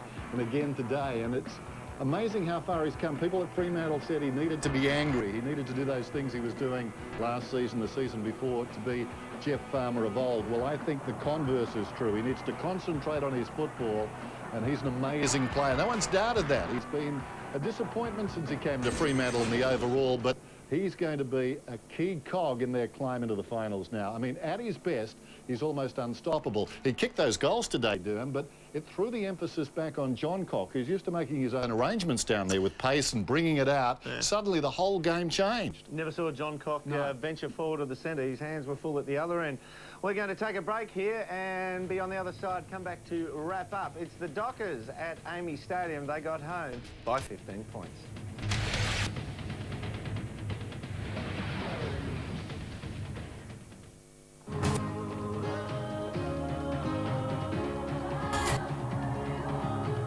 The biggest getaway ever. Around the world in 90 minutes. Thursday, 7:30 on Channel 9. Finding the right tank can be a real drag. So how about we throw in a free pump? Now that's a big deal. When you've kicked enough tyres, call Tank World on 1-800 68 69 70. Adelaide Pavilion is the perfect place for your next function. Ideal for a garden wedding, for fully equipped corporate events, or for a quiet lunch in a spectacular garden setting. Adelaide Pavilion, restaurant and award-winning function rooms.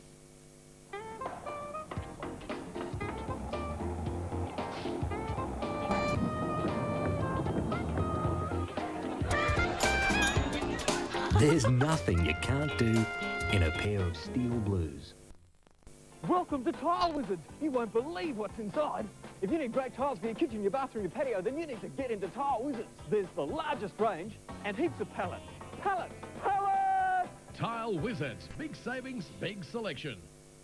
Have your cake and eat it too at A&R's 16th birthday sale. Great. Right in the lap.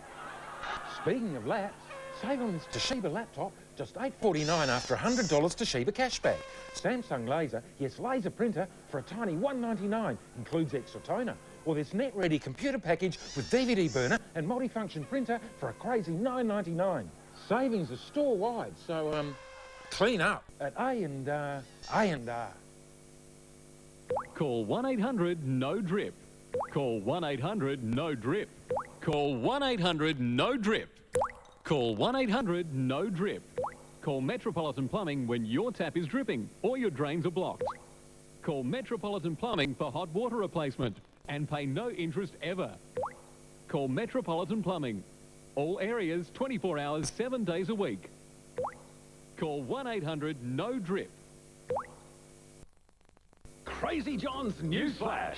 Big news from Crazy John. Get the very latest Nokia 6233 with 2-megapixel camera, MP3 player and expandable memory for $0 upfront on a $30 plan. Plus, bring your number to Telstra and get a Bluetooth headset valued at $99 absolutely free. Exclusive to Crazy John's and only while stocks last. Crazy John's catalogue out now. Latest phones, unbeatable deals, thousands of freebies. Hurry, don't miss out. Crazy John's, 15 years and still giving you the best deals.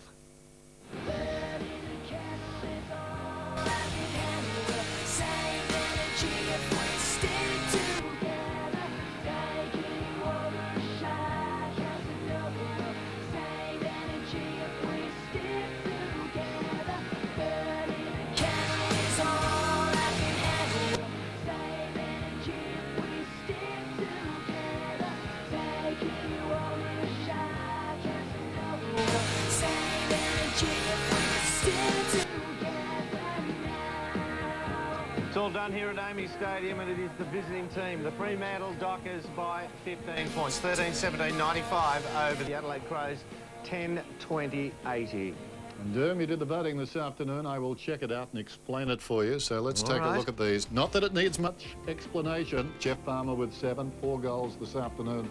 In fact, 3. I'll deduct 1 goal, but no votes. 7 and 3. Peter Bell, what did he have? Over 30 possessions? 32, yes. Bode kicked 4 goals.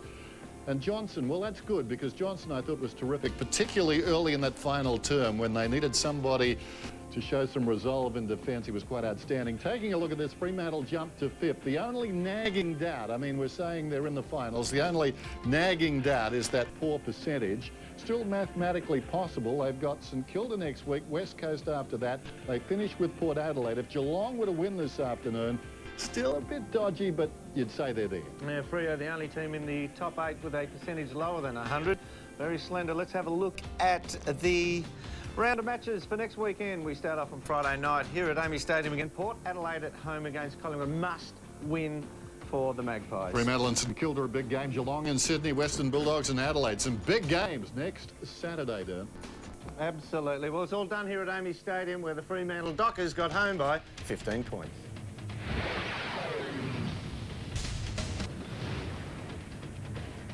The 2006 Toyota AFL Premiership season, proudly brought to you by Hungry Jack's. The burgers are better at Hungry Jack's, oh yeah. A&R Computers, the team to beat for great value and service. Radio Rentals, SA's biggest electrical retailer. You'd be mad to shop anywhere else. Metropolitan Plumbing, emergency plumbing 24 hours, 7 days a week. And Wizard Home Loans. At Wizard, you'll find we say, why not? From Brian Brown, Australia's best actors together in a totally new Australian drama. Is anyone there? Monday, 9:35. 2 gripping tales. Hello? With Melissa George, alone and desperate. Can't be happening. Then, Gary McDonald and Steve Bisley, caught in a game of cat and mouse. Run! Each tale with a twist. Brian Brown's Too Twisted. Premieres Monday, 9:35 on 9.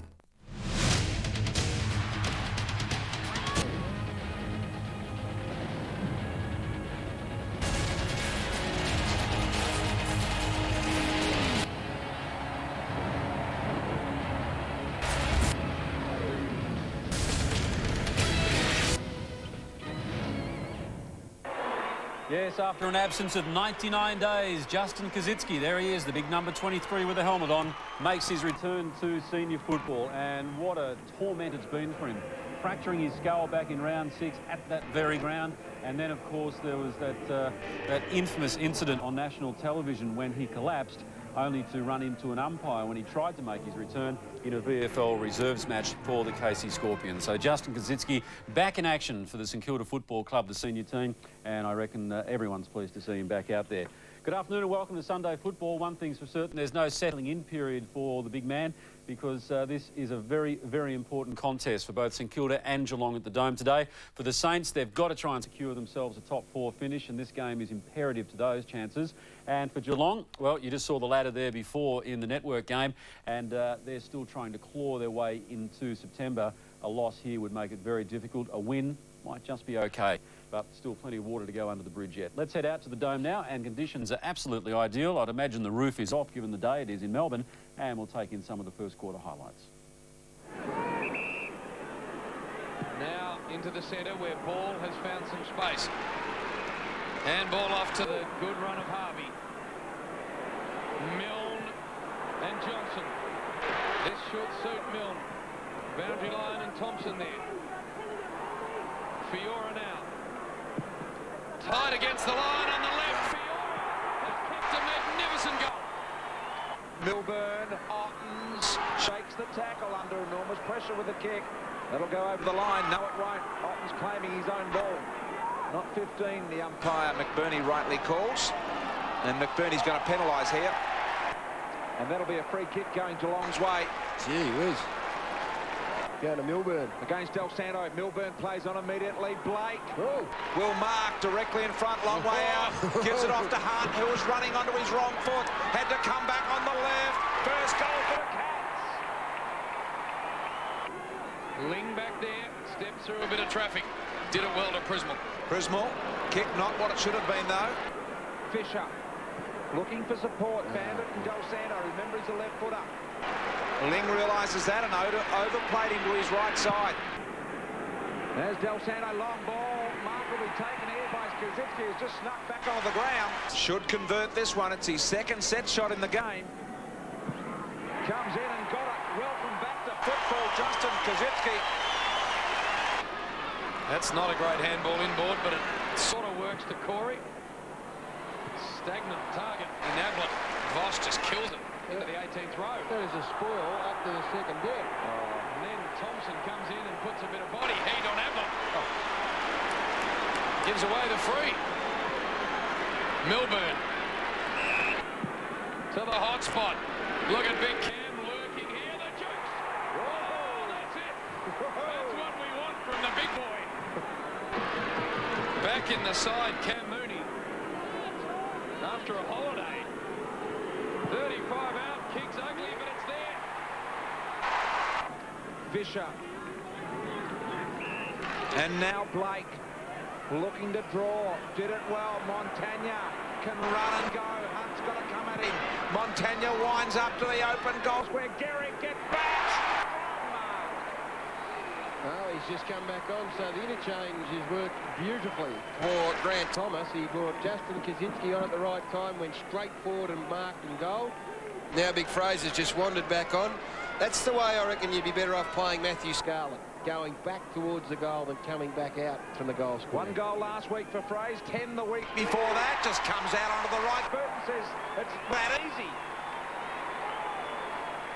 Well, sets the tone for what should be a pretty good game, you'd reckon, that one at Telstra Dome. Geelong at quarter time, 2-5-17. They wasted a few chances up forward to St Kilda 3-1-19. That gives the Saints a 2-point advantage at quarter time. All right, we'll take a break. When we come back, we'll be updating the other match. That's the one between Carlton and Hawthorn at the MCG.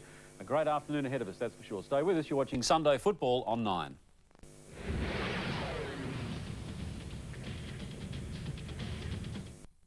On 60 Minutes, Liz Hayes and her controversial friends. Is this a kiss? Spending millions bringing the elephants of Thailand to Australian zoos for our entertainment. But are you sure we're doing the right thing?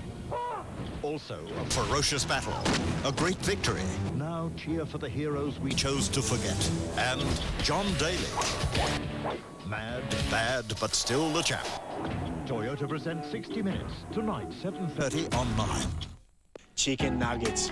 Oh, yeah, love them. But you know, not big enough unless you're a pygmy. However, Jax understands hungry. Take a look at these mega nuggets. Now that's more like it. And they come with this freaky dipping sauce. Team that with a Coke and fries and you've made a meal of it. But wait, there's more. marinated chicken wingettes. Oh, yeah. Just the thing when you're feeling beckish.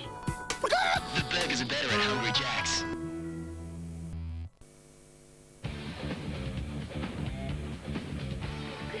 With the Holden Viva range, you can go for more. Go for lots more.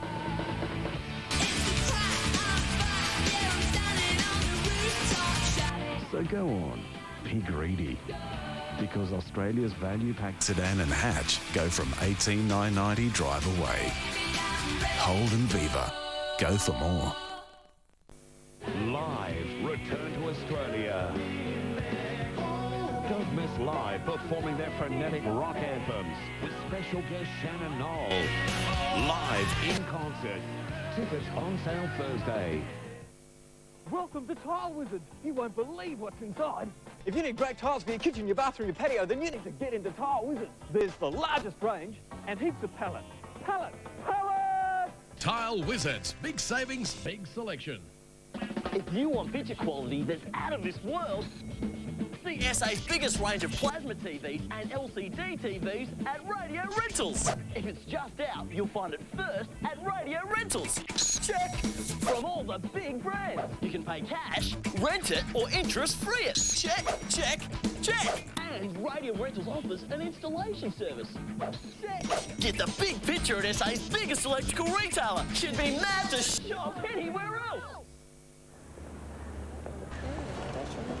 Hi, Trish. Looking for something bigger? Yeah, if we can afford it. Maybe we should have a chat. Well, that'd be good.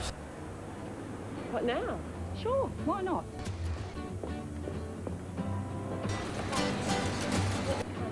That's another example of the wizard why not attitude. The local wizard manager who runs the branch owns the branch. A wizard you'll find we say, why not? They see the world differently. Clues are everywhere. On new CSI Sunday, the branded, the blinded, the bizarre. Some kind of flesh-eating disease?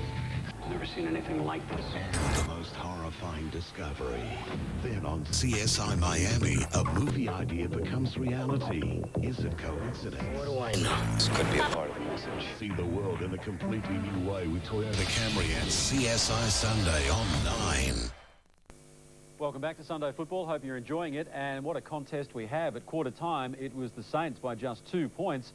But then Geelong opened the second quarter with 3 quick goals. But in what's been indicative of this seesawing contest so far, the Saints clawed their way back. And at half-time, they hold a 4-point advantage. Let's check those scores. 6-7-43 is Geelong to St Kilda's 7-5-47. We've got a game on our hands, that's for sure.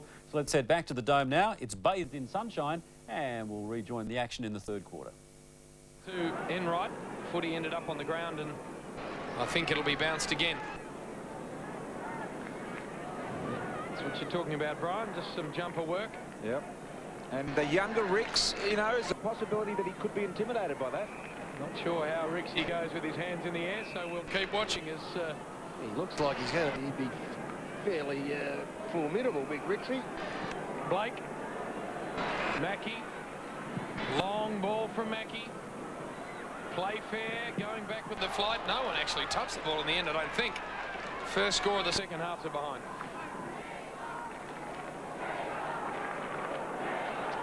Jason Graham with the duties from the square. Nick Del Santo, he is a marvel at finding some room. He is. Peckett. Someone to come at him. Harvey supplies that. So is Blake. He ignores both of those. Now he needs to go long to the deeper Garrick option. He does that. Garrick fighting for the front position. Got a juke on it.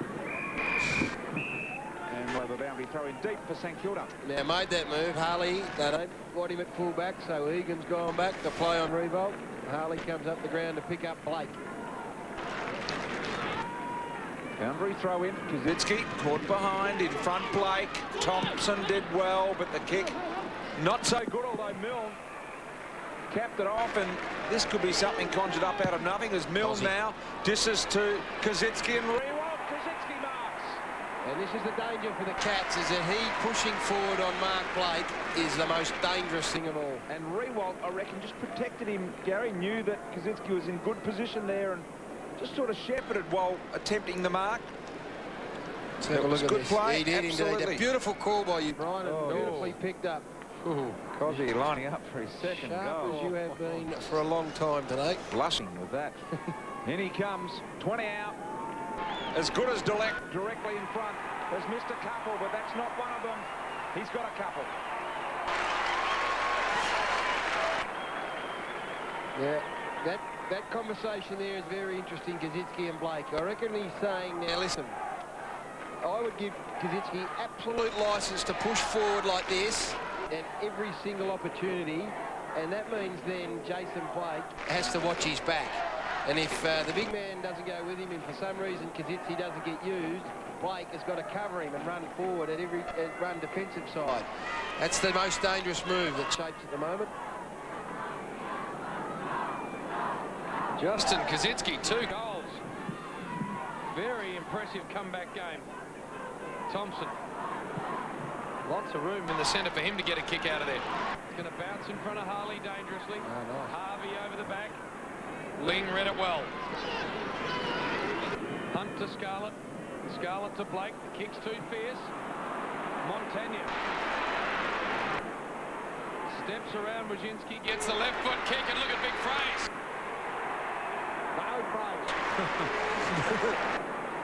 Scarlett up the ground, giving someone a burst, but it was his skill error that led to the forward 50 entry. Exactly. I think he was looking for some coverage, but when you got free possession, you don't expect it to come back that quickly.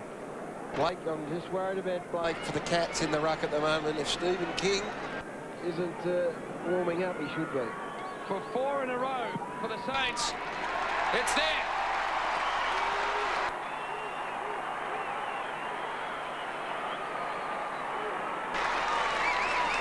Well, there is just an error, as you pointed out, boys, in the middle of the ground. If you're going to come inside, we've said this a couple of times, you've got to make sure you hit your target, and that is some poetic justice in that, because Matthew Scarlett's mistake has led to his direct opponent kicking the goal.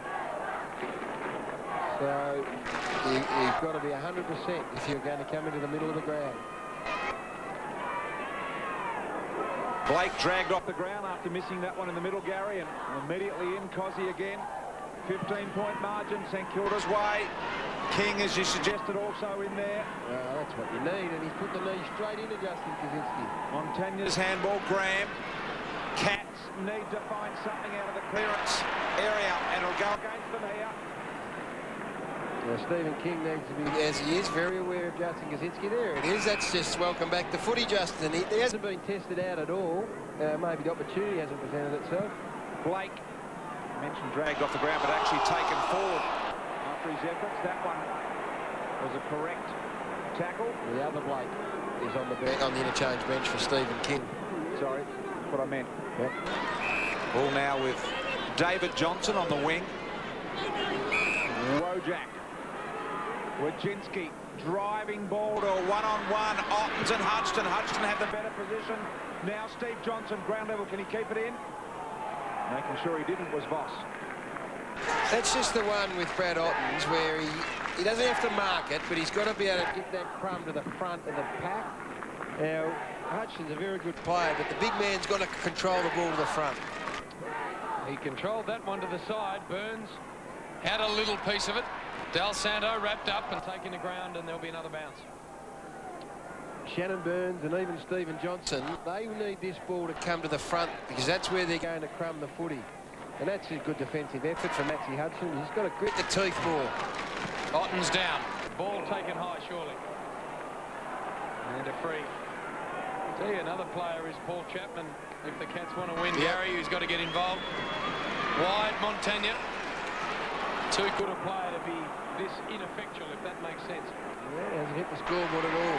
Graham running forward. Beckett's already kicked one, doing this exact thing from outside the 50. Long-range ball. Rebound! That's where you want him. That's where you want your most dangerous man. And I reckon against Egan, I don't think Egan's going to be too comfortable in the square. I think Scarlett's got to play fullback effectively on this bloke. Nick's first goal of the day. That's 5 in a row to the Saints.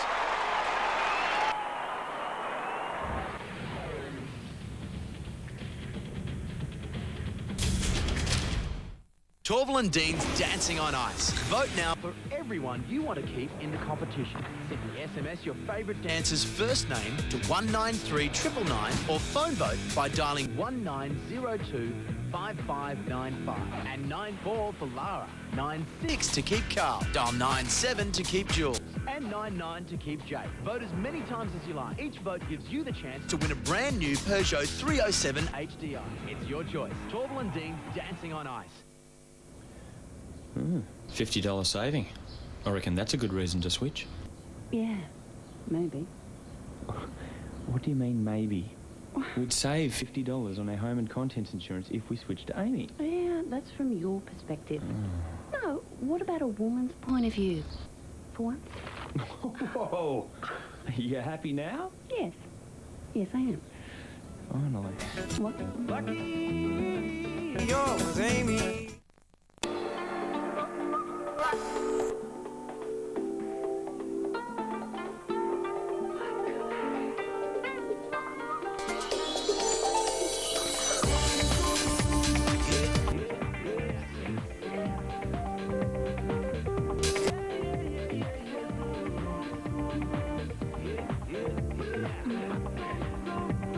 The new Mazda 3 understands the language of style. Paving and landscaping, then transform this into this. It really is easy when you know how. Using APC's displays and our preferred installer program. Supply and install. Call 1-800-200-200. I'm a guy. Health resorts, they just aren't guy things. All my mates are down the pub. Not a prison. Are you kidding? What was that stuff they gave us for dinner? Bait. It's called sushi. These are new. 25% less saturated fat. I'm off. Don't worry, he'll be back.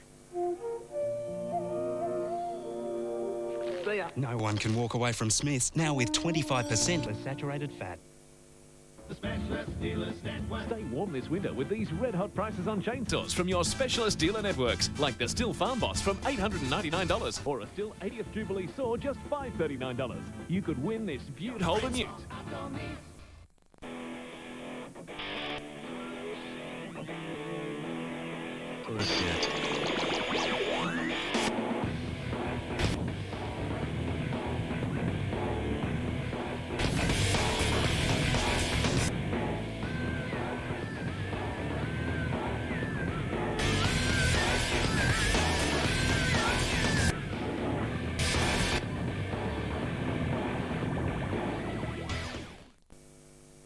Call 1-800-NO-DRIP.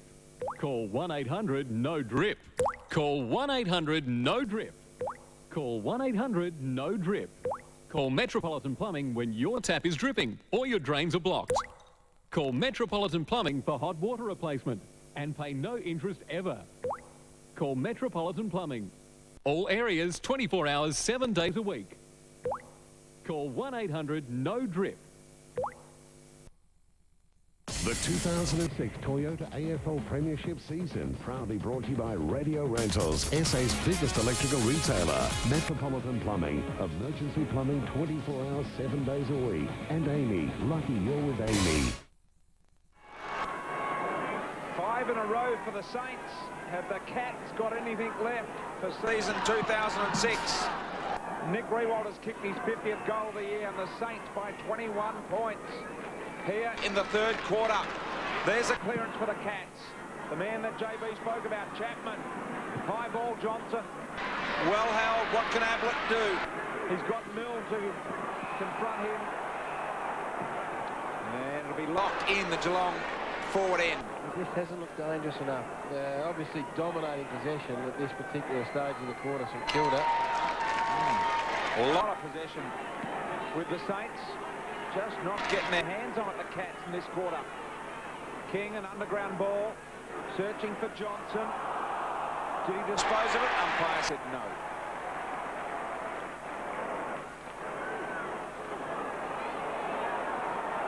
Good tackle. Ball to the outside. That's a good kick. Voss out there. Luke Ball's just worked his way into the game. It was just looked like he was struggling early, but I reckon that's more down to his body than anything else. And he's now just his will puts him up into the game. Harvey from Gehrig.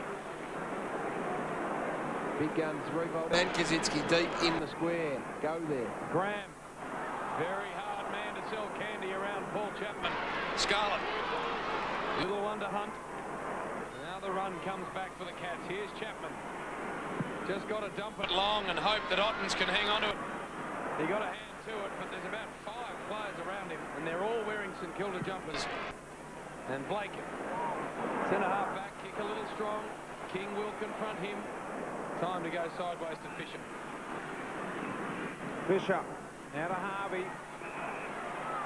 Pretty hard running by Robert Harvey to end up in that position. He was on the other side of the ground just seconds ago. Fiora. Mounting a challenge here, the Saints. They've kicked 5 in a row, remember. Del Santo. Plenty of space for the big boys to operate inside 50. He goes wide, Goddard. This is a season on the line, Brian, for the Cats. Absolute season on the line, and I reckon they're being desperate enough to get on their men. Look at this. Everyone prepared to stay out of the way for the big boys. Milne gets in there only because the tall targets didn't come forward, and King, the saving mark. It's a horrible kick from Brendan Goddard. Johnson. Prismal and Goddard.